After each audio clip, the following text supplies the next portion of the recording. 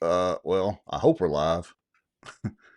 Well, I got the Um, Twitter notification, so we're twitting away. all right, so I'm going to be adjusting some sounds here. Yeah, we got a few folks starting to tune in. I don't know what has happened to my audio since last week. You know, we had that great little National Night Out deal over at the Emmanuel Lutheran Church, and I was having audio issues then. Now I'm having system audio. I don't know. I got to figure this out real quick because, well, we're live.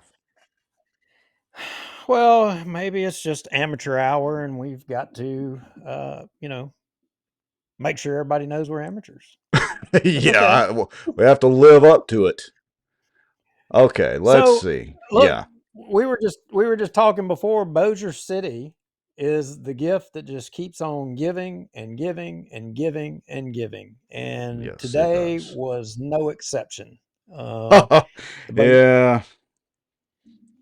The Bossier It City Council didn't let down, and even after the council meeting, they, just kept right on giving in that workshop meeting. well, that's what I've heard too, and unfortunately, I haven't had time, and I don't think you have either, to watch that workshop, the budget workshop or whatever. I did take a look at a screenshot I got sent or whatever, but we're going to have to look at that probably tomorrow or whatever and either have a special show on that maybe this week or we'll talk about it next Tuesday. But we've got plenty to talk about tonight. Yeah, like I think you had in the notes that we were going to name the good old boys. Well, you know, I posted a deal earlier on Bossier Watch on the Facebook page. I'm also going to, because you can do posts now on YouTube, I'm going to post it on there as well. But I defined who the good old boys were, what the good old boys means. Now, I say tonight that once we get plenty of folks here, we've got about 30 people watching so far. Once we get enough folks here, we have people nominate in the comments. We kind of mentioned this, I think, last week maybe, but nominate in the comments who you want to be on the good old boys list. Let everybody decide because we all know who the good old boys are. We know what that term means. But we never have actually named them except for a few select people, so we'll talk about that some more. Howdy, Dr. J. I see you there in the Yeah. Facebook comments. Good to see you. Let's see, who Well, else? let's go to our countdown real quick. Okay. I say let's go to our countdown real quick, and we'll come back and let's dive right into it. Yeah, we'll go straight into it. I think that's a good idea, folks. Y'all know what to do. Tags your friends, text your friends, whatever. Share this out on your pages. Share this out in some groups if you're in it. I'm gonna hit the countdown button so we can help kind of pay a few bills around here and pay for the software. We will be right back in about 2.5 or 3 minutes, maybe even less, and we're gonna dive right into the good old boys, the Charter Commission meeting, and that darn City Council meeting today. Here we go. Knew a lot of the back office on the politicians that they think walk on water, they would be shocked. There's an old wound from a knife in my back that just is giving me heck lately, and it's just really irritating. So I have to kind of wiggle around a little bit. I titled it A Shot Across the Bow of the Good Old Boys. Just, they feel helpless, they don't feel heard, they have nowhere to turn. Some Republicans as well believe that government has the answers.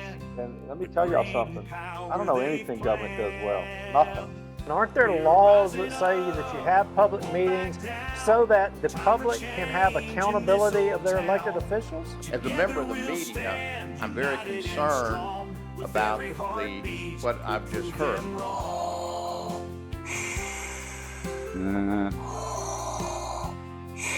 Well, I'm not thinking Star Wars at all. I'm thinking zombie apocalypse. All folks coming from the border down there? Yeah, it's going to border. It's actually going to Mexico, the buses.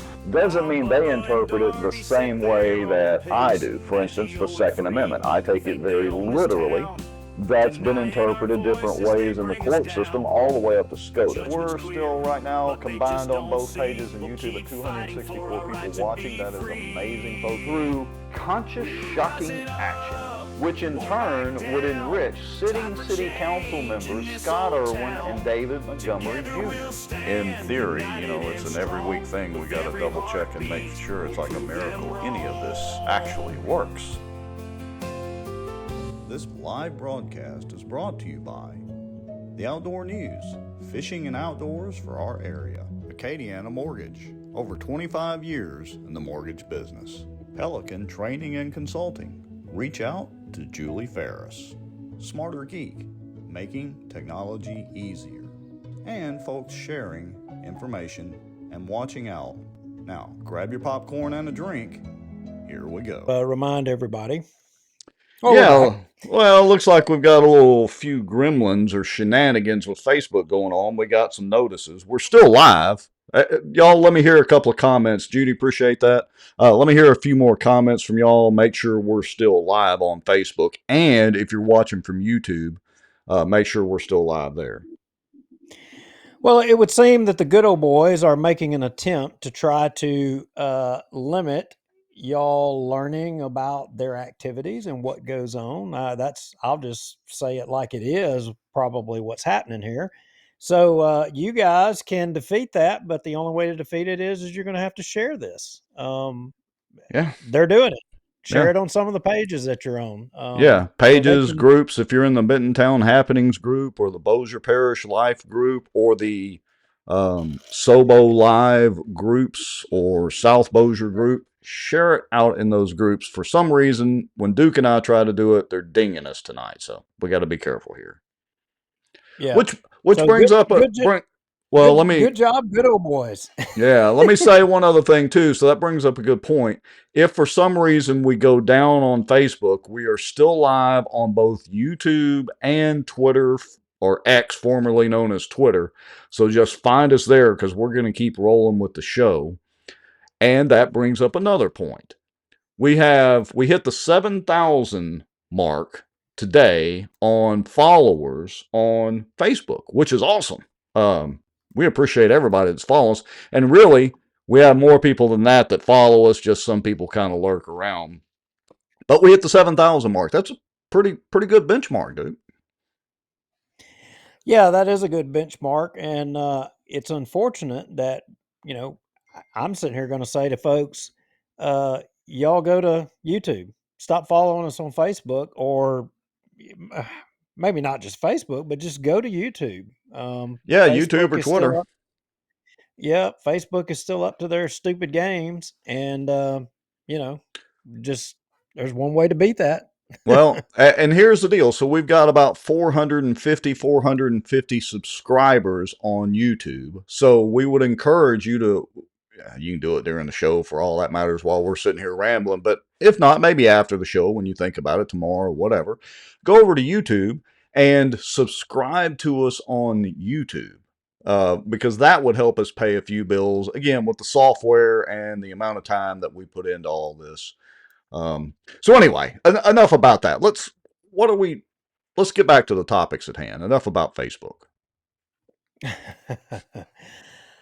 I don't know where to start. I really don't. So, last week, I guess we'll just jump right off into it. Last week, I forget what, it was in the afternoon, just after lunch, I got a call saying, hey, did you know the Charter Commission meeting was meeting?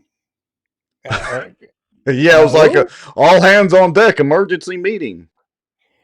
And you got the agenda that was posted, and apparently, if I'm correct, what you determined was they posted the meeting at noon on Thursday, and they had created the agenda maybe just an hour beforehand.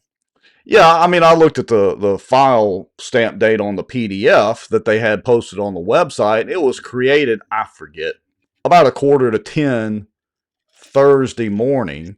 And so to have that Friday afternoon meeting, they had to get it posted, 24 hours before. I think the meeting was at 1:00 or whatever. Anyway, so they got the meeting posted on the website, like by the skin of their teeth there.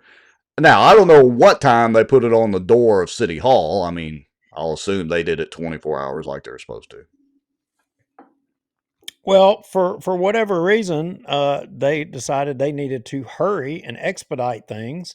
And, what's interesting is not that meeting that took place on Friday, but the meeting before, they had a vote on all the things that they wanted to vote on, if I recall correctly. And then all of a sudden, they're having this rushed, hurry up meeting. Well, Didn't you find gosh, it odd? I couldn't imagine why they were having the we termed it the Groundhog Day meeting. So everybody, yeah, no, it's funny. I mean, everybody watching this. I mean, I don't know where you stand. I don't know where all of y'all stand. But even if you don't stand with the term limits stuff, and you got to just scratch your head when you see all of this, and you've got to acknowledge some of the moronic things that you're going to see. I don't know how to. Well, all I right. mean, So, I think they think we're all idiots. look, it's gotten to the point. Who knew a few years ago when you came up with the harebrained idea for term limits and getting this introduced throughout Bossier Parish, with the exception of the school board? Uh, who knew that not only is it about term limits, it's about literally following the law. And I've been on this kick for the last couple of shows. It's beyond the term limits now. And as we're going to see at the city council meeting, it's the hypocrisy of, oh, they won't follow the law, their own city charter, when it's something they don't like. But, oh, absolutely, they're already in a hurry to follow the city charter and follow the law when it's something that will benefit them, and them being the members of the Good Old Boy Network. Some of the members. Yeah. So I don't know where best to start. I think we need to go through that charter commission meeting first and then transition into the council meeting that occurred today, because the discussion and the votes that took place today, the meat and potatoes of it hinge on what happened with the charter commission meeting. So I think let's just go straight to the restream on the charter commission meeting, and let's just get straight into it, and let's show folks what we're talking about. Yeah, that sounds like a plan. And I want to remind everybody, so we've got a lot of content to cover. We're going to try to get through it as quick as we can, but there's a lot of content there. But you'll definitely want to stay tuned and text a few friends, because Duke, somebody got kicked out of the city council meeting today for their comments. I'm just going to tease that out there. They You want to stay tuned for that. They sure did. And I'm just going to say, I think there's potentially going to be consequences for that. At least I hope so. And all I would tell everybody in Bossier City watching this show, keep your dogs and cats close. Guard them. Guard them. You need to guard them, because in Bossier City, I just don't know. We might have Haitians scraping them all up at any time. Look, I'm serious. It's not funny, Rick. Look, sometimes it's not what they say, it's what they don't say, and they didn't say a whole lot except call the marshal, the deputy marshals up there to escort somebody else. So that's all we're going to tease for now. That's coming up. All right, I agree. Let's see if I can get us over to the charter commission meeting. Now, I need to do this. Let me see if you can hear this. And folks, y'all let me know. I'm going to just hit play. It's going to be at a random point. Let me know if you can hear this. And this meeting was noted. Can you hear it? Can everybody else hear it? Yeah. Let me know in the comments. Put, yep, we can hear the meeting. Yes, we heard Richard Ray's ad nauseum voice. Okay. So that's interesting. Okay, yes. All right, thank you there, Mr. Michael Jorgensen. Appreciate that from up there in Benton. All right. So I've got it queued up to the very first point, which is Richard Ray explaining the purpose of this meeting. So I'm going to hit play. We'll stop it, comment on it, and move forward. How about that? Let's roll. Okay. And called by the Charter Commission in reference to a complaint that was made to the Louisiana Attorney General with regard to how the method Wait a minute. of voting. There was several items alleged in the Wait, I got to stop already? You got to stop already because I don't know. Can we go back in that video? Just the wide view. Hang on. All right. Well, hold on. I'll put it in live view. All right. So now you've got control as well. Okay. There. Everybody that's been paying attention, y'all look at the makeup of this board. Look at the makeup of this board. What are all those empty chairs? There's like 4 empty chairs. What? Yeah. What is going on here? Did we have the wrong video, Rex? I think we've got the wrong Charter Commission meeting. Well, I mean, it says October the 4th. I'm pretty sure that was last Friday. Well, what happened to the previously appointed Charter Commission meeting? You know, the ones looks that like they were- mutinied. They all went on strike. Oh, they're striking. I got Yes. it. I mean, It was that whole dock workers strike, you know, where everybody bought up the toilet paper and paper towels around here again or some crap. Maybe they were out buying up toilet paper and paper towels on that day. I don't know. they're probably against Trump's no tax on tips thing. That's probably what that's about. They're anti-Trumpers, never Trumpers. I don't know. But yeah, there are several empty chairs. Now, can anybody in the comments, and you know, the folks that were at the meeting, that y'all don't get to answer, that's cheating, but can anybody guess why there are 4 empty seats up there at the meeting? Why?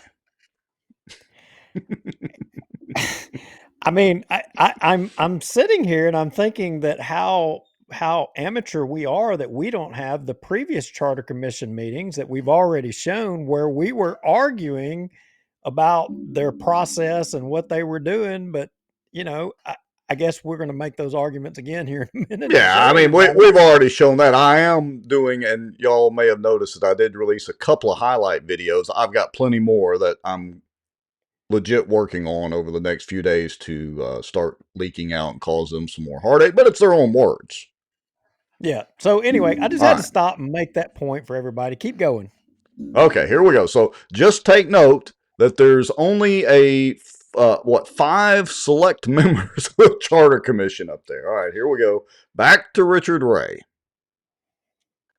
that were here today, and this meeting was noticed and called by the Charter Commission in reference to a complaint that was made to the Louisiana Attorney General with regard to how the method of voting. There was several items alleged in a complaint, but Mr. Jacobs and I have discussed the matter with the Attorney General's office, and we felt it was best to address the issue of how the existing members of the Charter Commission made appointments to fill the vacancies. And so this meeting is to address that issue and alleviate any concerns that anyone may have about how that decision was made on the appointment.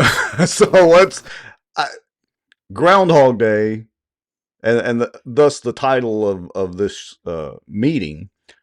Didn't we have a whole show on Viva Voce? Well, I think we did, but more importantly, I mean, I distinctly recall countless meetings with discussions about open meeting laws and whether they applied or whether they didn't apply. And it just seems like for some reason, you know, all of a sudden you have members on the commission. Now you don't have members on the commission. What am I missing here? It just seems I'm lost. All right, so we've got a comment here that says the elected are missing because of quorum or their attendance invalidates the meeting. You're getting pretty warm there with that. All right, so yeah, Just go ahead, much go ahead and bring Wes up. Just 308 mark. Let's get it going. Here we go. I should put everybody at time and a half speed. Here we go. So, Madam Speaker, this is speaker number 1 for 3 minutes.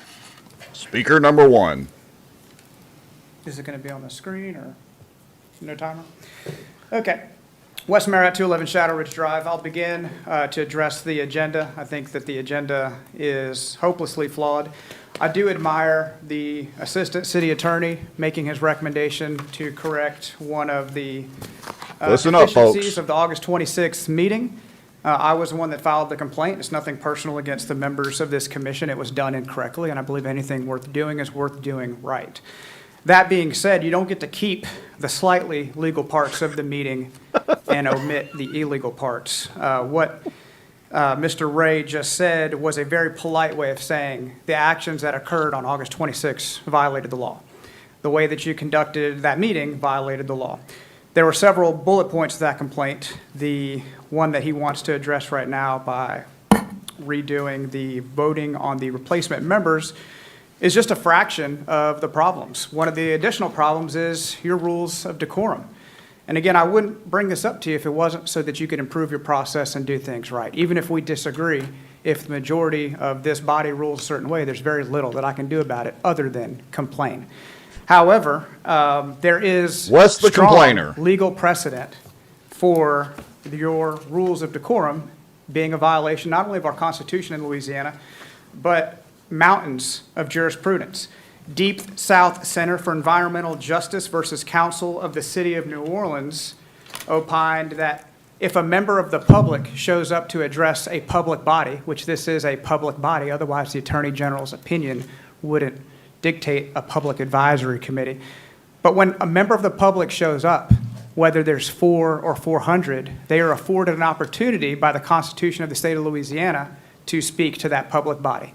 Having the limitation to 4 violates not only the open meetings law, it violates the Louisiana Constitution. That being said, when you violate the open meetings law, the voidability clause does not allow you to keep the legal parts of the meeting. It does and not. omit just the illegal parts. So by conducting a meeting that contains illegal portions, the entire meeting has to be redone, which is why you're voting on everything all over again. Groundhog Unless Day. you want this process to repeat ad nauseum until your 18-month term expires, I would implore you to call this meeting, go back to the drawing board, draw up a legal agenda, draw up legal rules of decorum, and stop breaking the law. Yeah, because this is, has anybody ever seen the movie Groundhog Day with Bill Murray?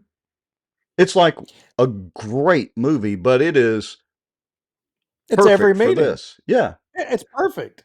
It's It like is. go forward and then reset and we're back to where we were. And Wes's point will be made more clear in just a little bit, because essentially what they're doing is they're talking about approving the agenda for the last meeting, but the last meeting didn't happen because they voted by secret ballot to appoint the people that were at the supposed last meeting, which is really no longer a meeting. So how can you approve the minutes of that meeting? Yeah. Does everybody follow that? Well, look, there's not a lot of comments I'm seeing coming through. I don't know. Are y'all asleep out there, or are you They're just either tuned asleep in? and shocked trying to figure out what's going on. So let me break it down for you.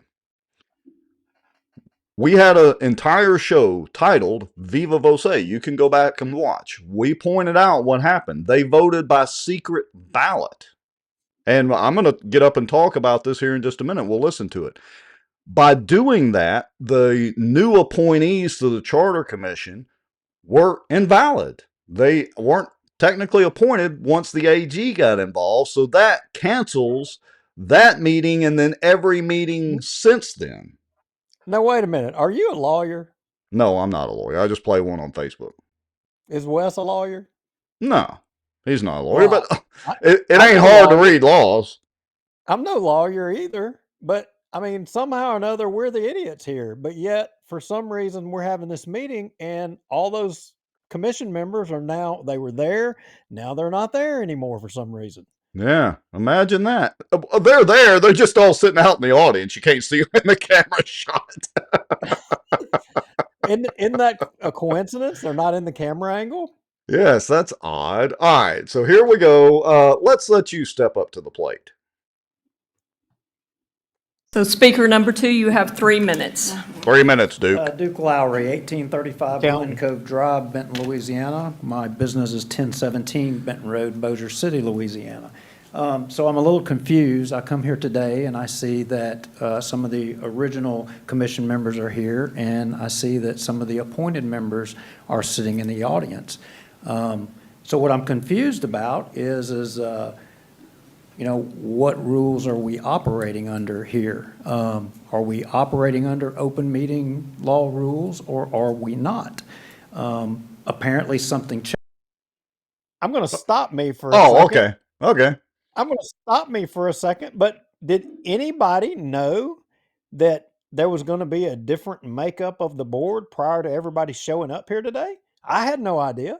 Well, not only that, it wasn't really, for lack of a better term off the top of my head, it wasn't really advertised in the beginning for these new members, and they certainly didn't advertise that, oh, they're going to have to do a redo again, which some people maybe they wanted to consider being appointed. Yeah, I mean, just I didn't know. I mean, did anybody else get the opportunity to be, to throw their name in the hat for appointment? No, I don't think that they did. Yeah, I don't think so either. Anyway, let me finish. Okay. Are sitting in the audience. So what I'm confused about is what rules are we operating under here? Are we operating under open meeting law rules, or are we not? Apparently something changed, and it's changed from one day to the next, and I'll go back and I'll read a quote, if I can find it. At the meeting of 8/26, we were following open meeting laws. Charter Commission member Parks stated, LARS 4217, behavior considered to be disruptive will not be allowed, and this should serve to put the public on notice, end quote. So we were applying open meeting laws at that meeting.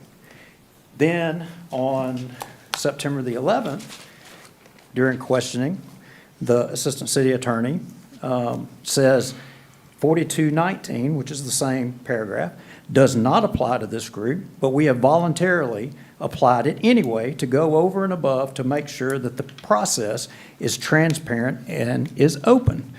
I mean, there was comments at one of the commission meetings where Viva Bossier was pointed out, and the argument about that open meeting laws does not apply. So I'm assuming by this action, this body is acknowledging that they are bound by open meeting laws or not. And that's what I'd like to have clarification on. Crickets. Crickets. Can you Boy, clarify? they're not so chatty tonight, are We're they? conducting the meeting as the agenda shows. So, Mr. Ray, I don't know if you have any comment on that. Or... I would reiterate what I said before. This body has voluntarily and always Words applied matter, open meetings Richard. laws, and they've done it in every other meeting, and they're doing it today. Right. Okay, so the is anybody appointment else was as in compliance confused with as open I meeting am laws? still about whether he's the city attorney, the acting city attorney? Are they open meetings? Are they not? Are they a public body? I mean, what the heck are they? If it's not an open meeting, we don't have to follow the rules of decorum. We can say whatever we want. If it's not bound by open meeting law rules, then why are the other commissioners sitting in the audience? Right. But they won't answer my question. Richard Ray says he's saying we're not bound by it right here, right now. He's saying it again.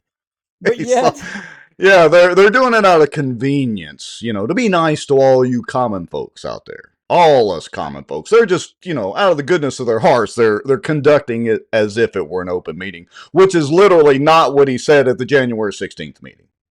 I mean, can anybody watching the show, there's over 100 something of y'all watching, can any of y'all, I mean, it's inexplicable to me. I'm just scratching my head. Maybe y'all can explain it. Maybe you understand it, but let's let it keep rolling.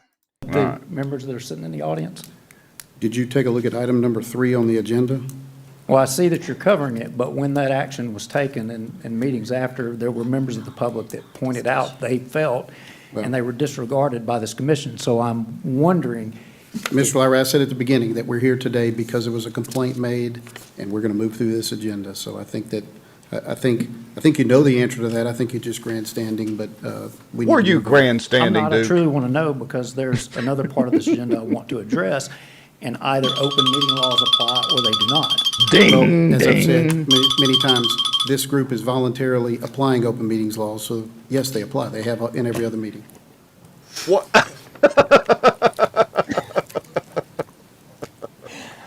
Wow. All right, here we go. Time for the Speaker asshole. number 3, you have 3 minutes. Number 3, Rex Moncrief, 2208 Hickory Ridge Drive, Bossier City. So I'm going to do a quote here. Phil said, "Do you ever have deja vu, Mrs. Lancaster?" That's a quote from the movie Groundhog Day with Bill Murray. I don't know if any of you have ever seen that, but a very funny movie. And it seems like we have a bit of deja vu going on here, so let's review. At the August 26 meeting, Sandra Morhart introduced the method of the secret ballot, and Richard Ray was crystal clear on the manner, even joking about being Price and Waterhouse with Amanda Nottingham. In Richard Ray's response to the Attorney General's inquiry about the Viva Voce violation, he stated, and I quote, "Several of the current charter members of the Charter Review Commission are also members of the Bossier City Commission for Women, and that organization uses a balloting system to refine and select persons to be appointed to fill vacancies in their organization. First of all, the Bossier City Commission for Women is a private, non-profit organization, not a public body. So that really doesn't matter, but I'm sure y'all are aware of that now. They can vote or nominate using whatever method they choose." Next, Richard also stated to the AG, it was, quote, "It was unknown to myself and Amanda Nottingham, the Bossier City CAO, how the Charter Review Commission would choose appointees to fill the 4 vacant positions," unquote. Well, that is wholly disingenuous, since both Richard Ray and Amanda Nottingham were the ones who actually counted the secret ballots. You can clearly see it in the video of the meeting. And to top it off, Richard Ray called out the secret ballot totals and even suggested another secret ballot runoff between Lisa Smith and Debbie Martin. Not once did Richard Ray even suggest a violation of Viva Voce, but he definitely knew what was transpiring. So here we are again, another clown show meeting to repeat a process that was flawed from the beginning due to the sabotage initially by the city council good old boys and this very body under the watchful eye of the assistant city attorney. It's Groundhog Day again. Here we go. Now listen to this. This Mr. is Moncrief. important. I'll take full responsibility for the way the vote was handled. It was my idea. I made the ballots. I had no idea that I was breaking open meeting law. I clearly stated when this got started, I am not an attorney. I'm a cook. Wait a minute. I'm Yeah. a private. Stop. Yep. What? Let's What- hear that again. What what did she law- say? What law? What did, repeat that? All right, here we go. Y'all listen up, folks. This is important. Responsibility for the way the vote was handled. It was my idea. I made the ballots. I had no idea that I was breaking open meeting law. I clearly stated when this got started, I am not an attorney. I'm a cook. And I'm a private citizen doing the best that I can do. And so I take full responsibility for that. No one else on this commission. So I'm going to pause it there for a second. So that's important because the way the open meetings law works, if you violate that, the individual members are responsible, and it's up to a $500 penalty per person. They're individually responsible if it goes forward. And let's say there's a lawsuit filed and a judge rules on it, which it's absolutely crystal clear. I want to point something out. I commend Miss Whitman for acknowledging that. I didn't know that she was the one that promoted the method by which they were going to do their voting. And to her credit, I would say that she's probably sincere. That She didn't know. probably is, but she opens another can of worms by saying that, because how did they all know that they were going to do a secret ballot if they didn't have a damn walking quorum before the meeting? That's absolutely correct. I totally 100%. And I've said multiple meetings about them having walking quorums. I think I might have even said something about it this meeting. Maybe not. But Agreed. But more importantly, I take issue. I mean, and I hate I'm in this position with Miss Whitman because I have always had a good rapport with her and her husband over the years. But look, I got to call it like I see it. She's describing herself as I'm just a cook. I'm simply just a cook. Well, that's So not what? entirely No, Yeah. that's not accurate. She's more than that. She is the wife of the sitting city marshal of Bossier City, Right. who, argue if you want, is a part of city government in Bossier City, who they are right now making proposed changes to what governs the city of Bossier City. Right. And I think that's a conflict. But she Well, doesn't acknowledge that. She's not, it's not just simply that you're a cook. it's like we've been alluding to, it's a bigger picture than just term limits. The term limits has just, I mean, greatly exposed what's going on here and the shenanigans and how they conduct these meetings. This is literally the Keystone Cops, or a clown show, as I like to say it. All right. But you know, right now, this right here is a good example. And this is an example to me of society, because when we watch the council meeting here a little later, Miss Whitman speaks and at the council meeting, and she talks about in a wider view of the problems facing our country. Right. And like we're seeing right now, I'm going to tie this to North Carolina.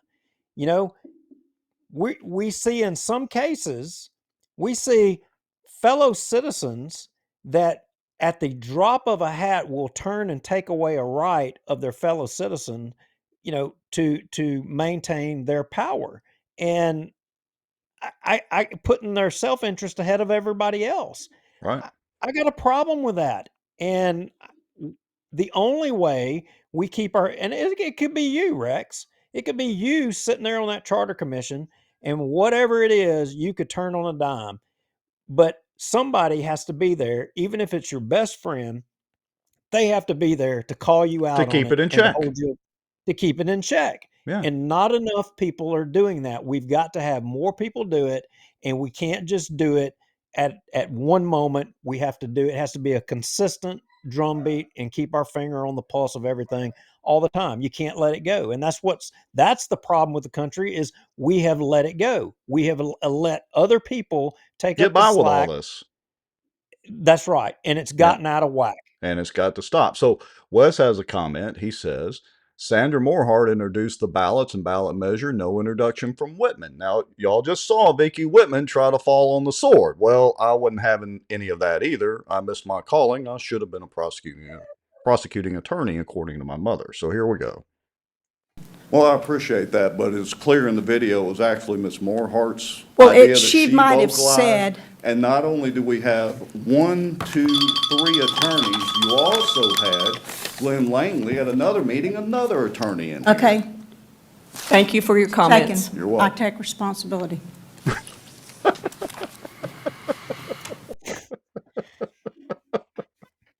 I guess maybe she's saying she's taking responsibility because wasn't she chairing the meeting? Well, look, it's beyond, yes, well, I think so, but it's beyond that. So you saw Richard Ray try to do his little weasel tricks at the beginning of the meeting and just say, well, it was just because of a complaint. I can't believe he didn't use the term out of an abundance of caution. We're redoing and having a Groundhog Day meeting. The fact of the matter is they broke the law largely. Vicki Whitman's trying to fall on the sword. That's okay because they're all in on it. I mean, they all that participated in it. There's just no way around that. All right. Here we go with, let's see, this would be Miss Cassie Rogers, who did an excellent job So here. speaker number 4, you have 3 minutes. Good afternoon, Commission. I see we are here again. I didn't think we would meet again, but hello to y'all. The agenda is flawed in many ways. First, where is the consideration for Ms. Lisa Smith, as Mr. Peak is unable to fulfill his duties in any capacity?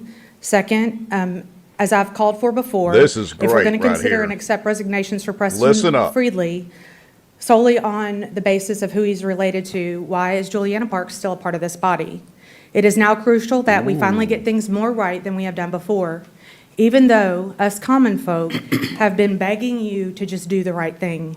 Juliana benefits both directly and indirectly from the changes proposed at the commission. At the South Bossier Town Hall meeting, I said I would die on the hill that dealt with ethics. This process has been far from ethical. Let's do things right, starting right now. Juliana is married to a city judge and as a police juryman. If you can tell me with a clear conscience that there are zero interactions with the mayor and the policies awarded to him by this city charter, then I will revoke my argument. Get them, Cassie. Unfortunately, Ms. Whitman is also married to someone who is elected in the city as well. Ms. Whitman, please, this is not personal. I'm just stating it as a point of reference. I'm grateful for your patience, but I do feel that you've been totally ignored by your fellow commission members, as was shown in the last meeting that you weren't here for. However, it's sometimes more important to do things that are ethical instead of what you want to do. We can do the right thing today. We can all stand up and walk out of here and just either start over or let this ride and reconvene at another time. Thank you. So did y'all hear that? She was taking no prisoners. Now, Duke, I think in a previous meeting, you've kind of alluded to it. Cassie just pretty much put it all out there on the table, calling out Juliana and Vicky's conflicts of interest. And look, you could even stretch that to Sandra Morehart, because remember, her husband is Travis Morehart of, auditor fame for all the public bodies around here. I mean, he's hired by those bodies and paid by those bodies to do it. So I'm not saying that's a direct conflict of interest, but do you remember anybody disclosing that other than us? Well, I don't know that he does anything for Bossier City currently. I don't think that he does. I think, in which I heard, and I've got to confirm this, but I heard that upon the election of Tommy Chandler, his association with the person or the firm that was doing it with Bossier City or whatever ended. I don't know. I got to get some clarification on that. But he has a long history of doing things with Bossier City, as I understand it. Right. Okay. Let's see. Who do we have up next? Wes Marriott, and he does a good job of explaining what I referenced just a few minutes ago about the minutes of a meeting that technically didn't happen. So here we go. Speaker number one, you have 3 minutes. My question, which I doubt will be answered, I see you're limiting your public interaction. Who are the commission members present for the September 16th meeting? If they were the members that were appointed in violation of the open meetings law on August 26th, you cannot approve the minutes of that meeting. You cannot approve any of the actions of that meeting. That's why we're here. That's why you're redoing everything. And you're redoing everything again incorrectly. By speaking to the point and calling out speakers 1 through 4, you're violating the open meetings law and you're violating the Constitution. Now, that's an important point to remember as we proceed on through tonight's show and eventually get to the city council meeting. Remember that fact. They're literally violating open meetings laws again at this very meeting, which they're going to approve some stuff later. So keep that in mind. Here we go. Again, Deep South Center for Environmental Justice versus the Council of City New Orleans, the appellate court opined that even a technical violation, which is what the defendants called it, a technical violation, is still a violation. It's a violation of the open meetings law. Whether you forget something big or something small, you must follow the law. And you're not doing that here. How can you possibly accept the minutes into the record of this body when you had commissioners who you are now re-voting on because they were appointed in violation of the open meetings law? There's a reason we didn't get a direct answer on whether that appointment was legal or not, or whether this body follows or is required to follow the open meetings law. But Assistant City Attorney Mr. Ray was very clear on January 16th, 2024, when he warned this body and said, I have to warn you, this is a public body and you are bound by the open meetings law and you cannot meet in a group of 4 or more or a group of 5 or more, because that would be a quorum. The topic of discussion at the time was you guys wanted to get together and come up with a game plan. You wanted to learn more about each other. And Mr. Ray was right to warn you that meeting in groups that large would be a violation of the open meetings law. It is disingenuous for him to say now, well, I said we're going to be more transparent. We may not have to follow. It's not what he said. I recorded it. I can play it back for you. I played it back for the Attorney General. He warned you, this is a public body. You are duty-bound and obligated by your oath of appointment and the Louisiana Constitution to follow the law. So, how can you possibly approve the minutes for a body that was illegally constituted? You cannot take up ballots and everyone has to vote by voice and say, I'm voting for this person. Viva Voce. So I think there's a lot of Viva problems here. Las Vegas. And I think it's very right for Mr. Moncrief to say it's going to be Groundhog Day, because every single time you violate the open meetings law, we're going to come back and do it over again. So do it right the first time, or use up all of your free time for this unpaid commission and waste taxpayers in your own time. Thank you. So I want to point out another thing too as we proceed to this. I pointed out them earlier. Keep an eye on this lady and this lady back here, and take a wild guess who they're friends with, right? As a matter of fact, there was a little kerfuffle with this lady, I think it was the blonde lady, at the end of the meeting. That wasn't really caught on camera. Well, actually, it was caught on camera. But I don't know that we have it ready. Well, we might could say ready. that. We might could get it ready pretty quick, but we'll save that for later. We got a lot to get through. We got tons tonight. Okay. So that was Wes's deal. Let's see. I think Cassie had another. Let's hear from Mr. Maddox for a minute, though. How about that? Yes. And not to skip over Cassie, because her other comments were great, but just to give everybody a turn up at the plate. Here we go. Holiday place, Bossier City. So speaker number 3, you have 3 minutes. Number 3. Dang, I'm coming up there. Who on this board was here on the 16th of September? Raise your hands, please. No? Miss Whitman? Yes. You weren't here. Oh, that was when I was on, I'm sorry, I was on vacation. Therefore, there was no quorum. Therefore, there was no meeting. Oh, a double You whammy. can tear up everything that you said and did on the 16th and start back before the 26th of August. Remember that, folks. There It's was no important. meeting on the 16th.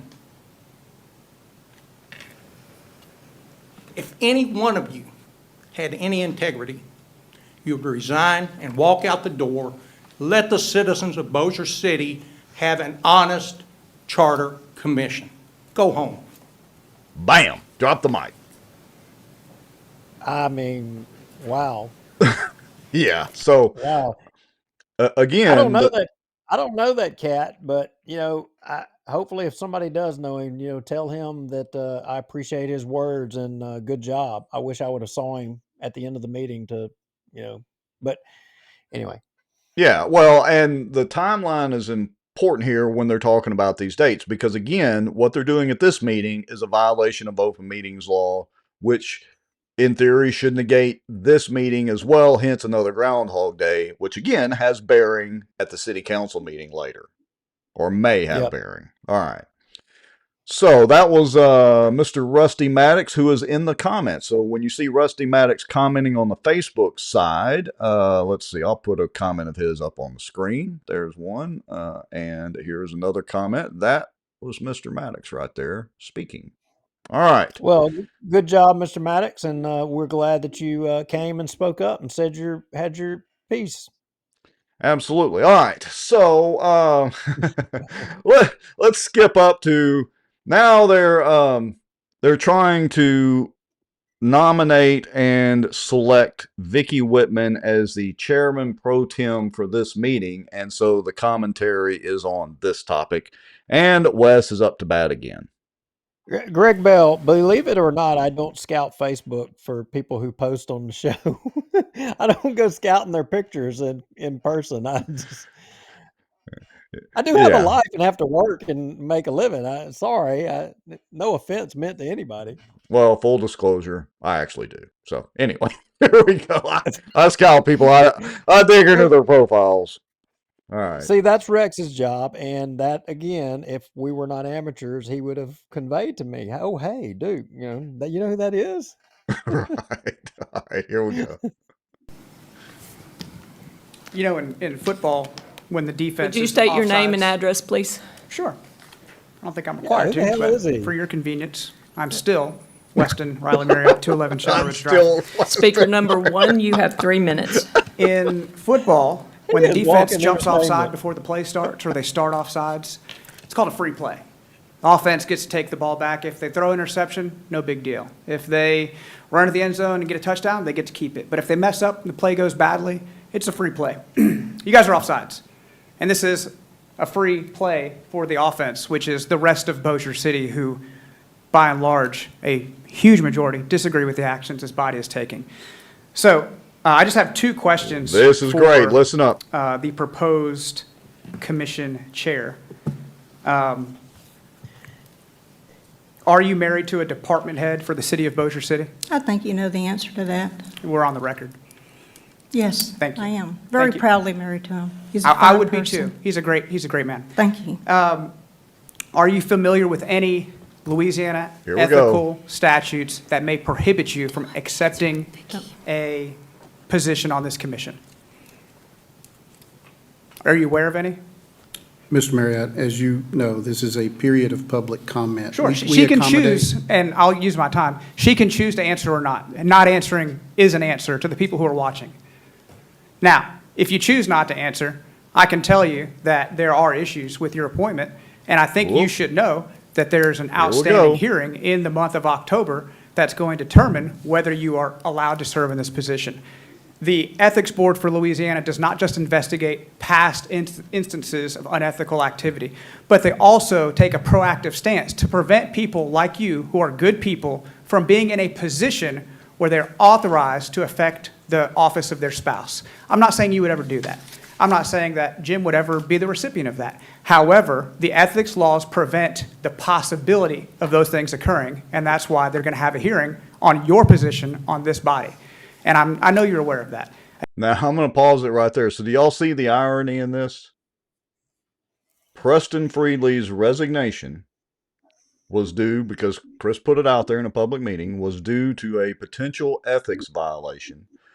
The city attorney, the entire city council voted to approve all the members, including Preston. This particular body voted to approve Preston as the initial chairman. And then basically they tried to tar and feather him, which was the plan all along. Meanwhile, there's a big difference here, Rex. There's Okay. a big difference here. The big difference is that Preston Friedley was given the alternative to resign, or else none of the ladies were going to come back to another meeting so long as he was on the committee. oh, And you it was mean there was a resign or- little it was resign or coercion, else. coercion, extortion, all those kind of buzzwords come to mind? And so for those of you out there in the world, I didn't say allegedly. I said that Preston Friedley was given the option to resign because all of the ladies were not going to come to another meeting, and by all means, sue me. Yeah, if only we By had all proof means. of that. I really looking forward to the depositions. I mean, Yes. sue me and let's get the depositions going. I'm waiting. Yeah. 1017 Benton Road, come serve me. So that's the hypocrisy or irony, as you want to, however you want to term it here, is that the whole Preston Friedley deal they did to derail the term limits, while Vicki Whitman and Juliana Parks are sitting there still on the commission, both with potential ethics conflicts. But there's a difference. Okay. You know, Preston voluntarily stepped out of the way, Yes, he did. but apparently not for other members on here that have ethical questions. Right. They don't seem to have any ethical questions. All right. Kara, he was talking to Vicki Whitman, you know, the Jim Whitman's wife, the city marshal. All right. Let's let Wes continue. Again, I don't think you're qualified by the basic qualifications in that your spouse is a department head, and you have the ability, if you so choose, to recommend changes to the charter that could affect his office. That's prohibited. So you cannot accept this appointment, not only as a commissioner, but let alone the chairman of this commission. Let me just clarify something so that we make sure the record's clear. Mr. Whitman is the elected city marshal for Bossier City. That's not a department head in the city of Bossier City. There's a copy of the charter right there. You can look at the old charter, new charter. Who sets the budget for the marshal? Bingo. Is that a city budget? Mr. Marriott, you said it was a department. Well, you don't head. get to He's just not a fact department check head. matter, Mr. Richard. CNN and just say, hey, here's my spin on it. There's facts, there's your opinion, and there's my opinion. But you can't opine from the dais and say, here are the facts. Mr. Marriott, your time is up. Thank you. Speaker number 2, anyone? Anybody want to answer the and- question where the city marshal's office gets its budget and all that, and literally where Well, their look. offices are housed? Look, in just a little while, when we get over onto the council meeting, literally the city council today voted to approve the replacement of somebody in the marshal's office who resigned just today. Just today. Yeah, And, they and did. yet the wife of the head of the marshal's office is making the rules for the governing document of the city that approves the financing for the marshal's office, approves the business there. I mean, come Right. on. Yeah. it But we're the dumbasses, pardon my French. yeah. Right? Yeah, all us common folks out here, we don't know anything. It's all those people up there. They know better than you do. Wait a minute. She's just a cook. She's just a Oh, cook. she's just a cook. Yeah. What was that meeting Under Siege with what's his name? The guy that did the Ken Poe deal. Anyway, he was just a cook. He wasn't really a Navy SEAL in the movie. Anyway. All right. Well, we got to pick it up. We got to pick it up a little bit. You may Oh, get yeah. us up to 1.5. And anyway, so I'll give a real fast speech right here. Okay. Let's see. Duke has the fastest speech in history. Oh yeah. Here we go. Time is up. Thank you. Speaker number 2, anyone? Bueller. Go sit down, Duke. That's it. Time's up. I had to reset it. That's it. Duke Lowry, 1835 Glen Cove Drive, So Benton, speaker number 2, Louisiana. you have 3 minutes. Well, I I'll think be nicer. in I'm going to speed you considering up. the appointment of a Go ahead. She called me speaker. She's already named me. She's identified me as speaker number 2. Why do I have to say my name again? Oh, that's it. Papers, please. They're assigning serial numbers to everybody. All right, Anyway. here we go. And I've got you. Well, let's put you at 1.25 speed. We're going to do everybody that way. Here we go. new chairman of this commission, I think it is relevant to the members of this existing commission's relationship to offices within the city of Bossier. I think at a previous meeting, I asked the rhetorical question of who makes money or who benefits financially one way or indirectly, off of the city some sort of way. To which I recall getting a response, I'm not making nothing, I'm not making nothing, I'm not making nothing. And, the public is smart, the public knows. I could sit here and go through the commission members up here and name how indirectly there are benefits, and I'm just stating for a matter of record, I think that, there are conflicts of interest. And if you say, well, why is there not any conflicts of interest? Well, all one has to do is go through the draft charter that was handed out, thank you, at the last meeting I was at, and if you look at the legal department, there's hardly a change regarding the legal department. Imagine that. Also of note, there's nothing in here that addresses anything about the city judge's office. There's nothing Everything must that be hunky-dory addresses there. the city marshal's office in here. But yet, those two bodies are both housed within the facilities of Bossier City. Taxpayers of Bossier City are paying for that. How is that funded? Is there any accountability, or do we just not even account for things there? I'm just curious. So several members up here have a role in that. They have a interest in that. I think it's in the public interest for them to know that. And I don't think somebody should be leading this that has an interest. The blind leading the blind. Now, of course, Richard Ray has got a retort for pretty much everything, so listen up. Speaker number 3. Oh, well. Anyone? Bueller. I guess I was at the wrong. Seeing no other public comment, we will go on and vote for Vicki Whitman as Chairman Pro Tem for. So they just ignore the potential conflicts and vote her in. Yep, they just march right along. Nothing anybody says, it's in one ear, out the. And let's, we haven't mentioned Jeter. Let's not exclude Jeter here. And It was all unanimous votes again. Judas Jeter. I don't know this for a fact, but I'm told, and I don't know, that Mr. Jeter makes his money off of redoing houses within Bossier City. And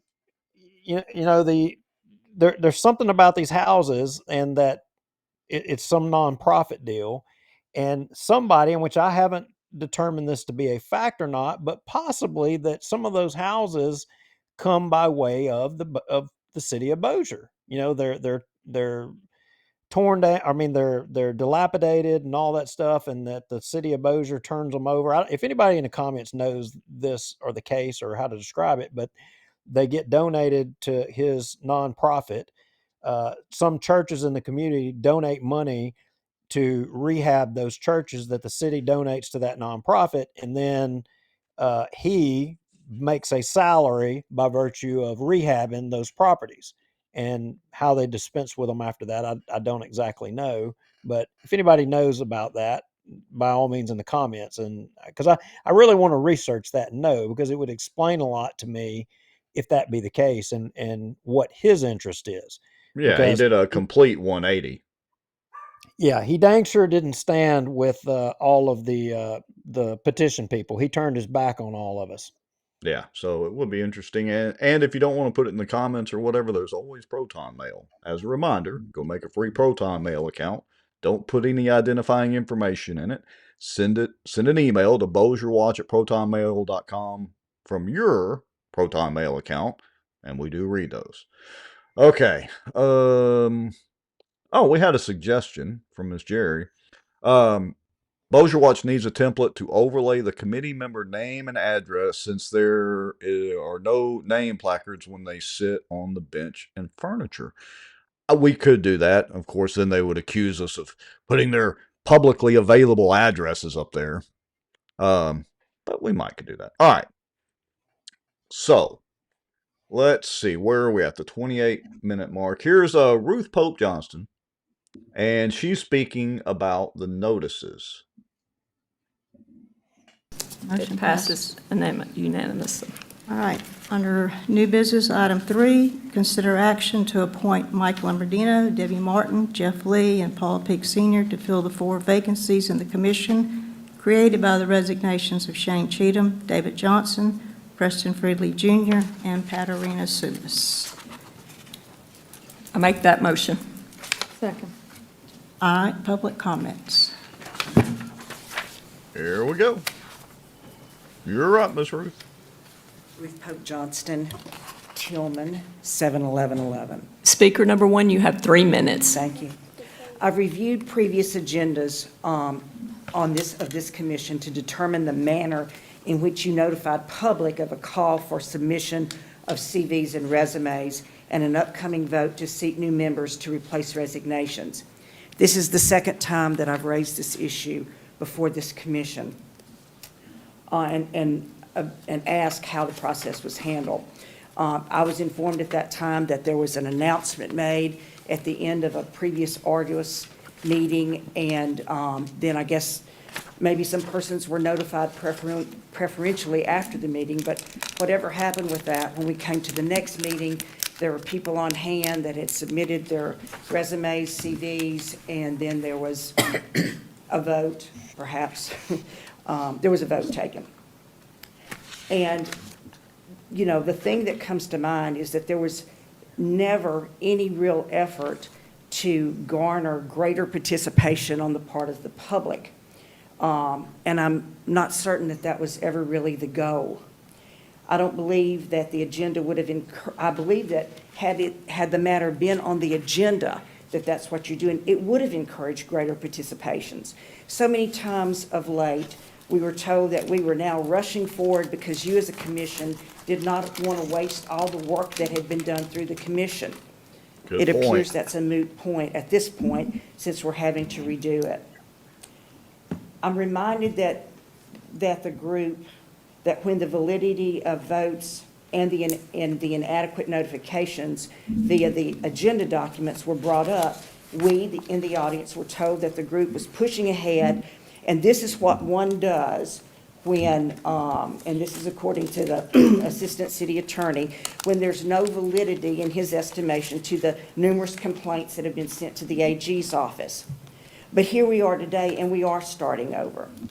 I believe that my friends in Bossier City know what a stacked deck looks like. Stacked deck. Especially one that renders a unanimous decision now on every vote taken.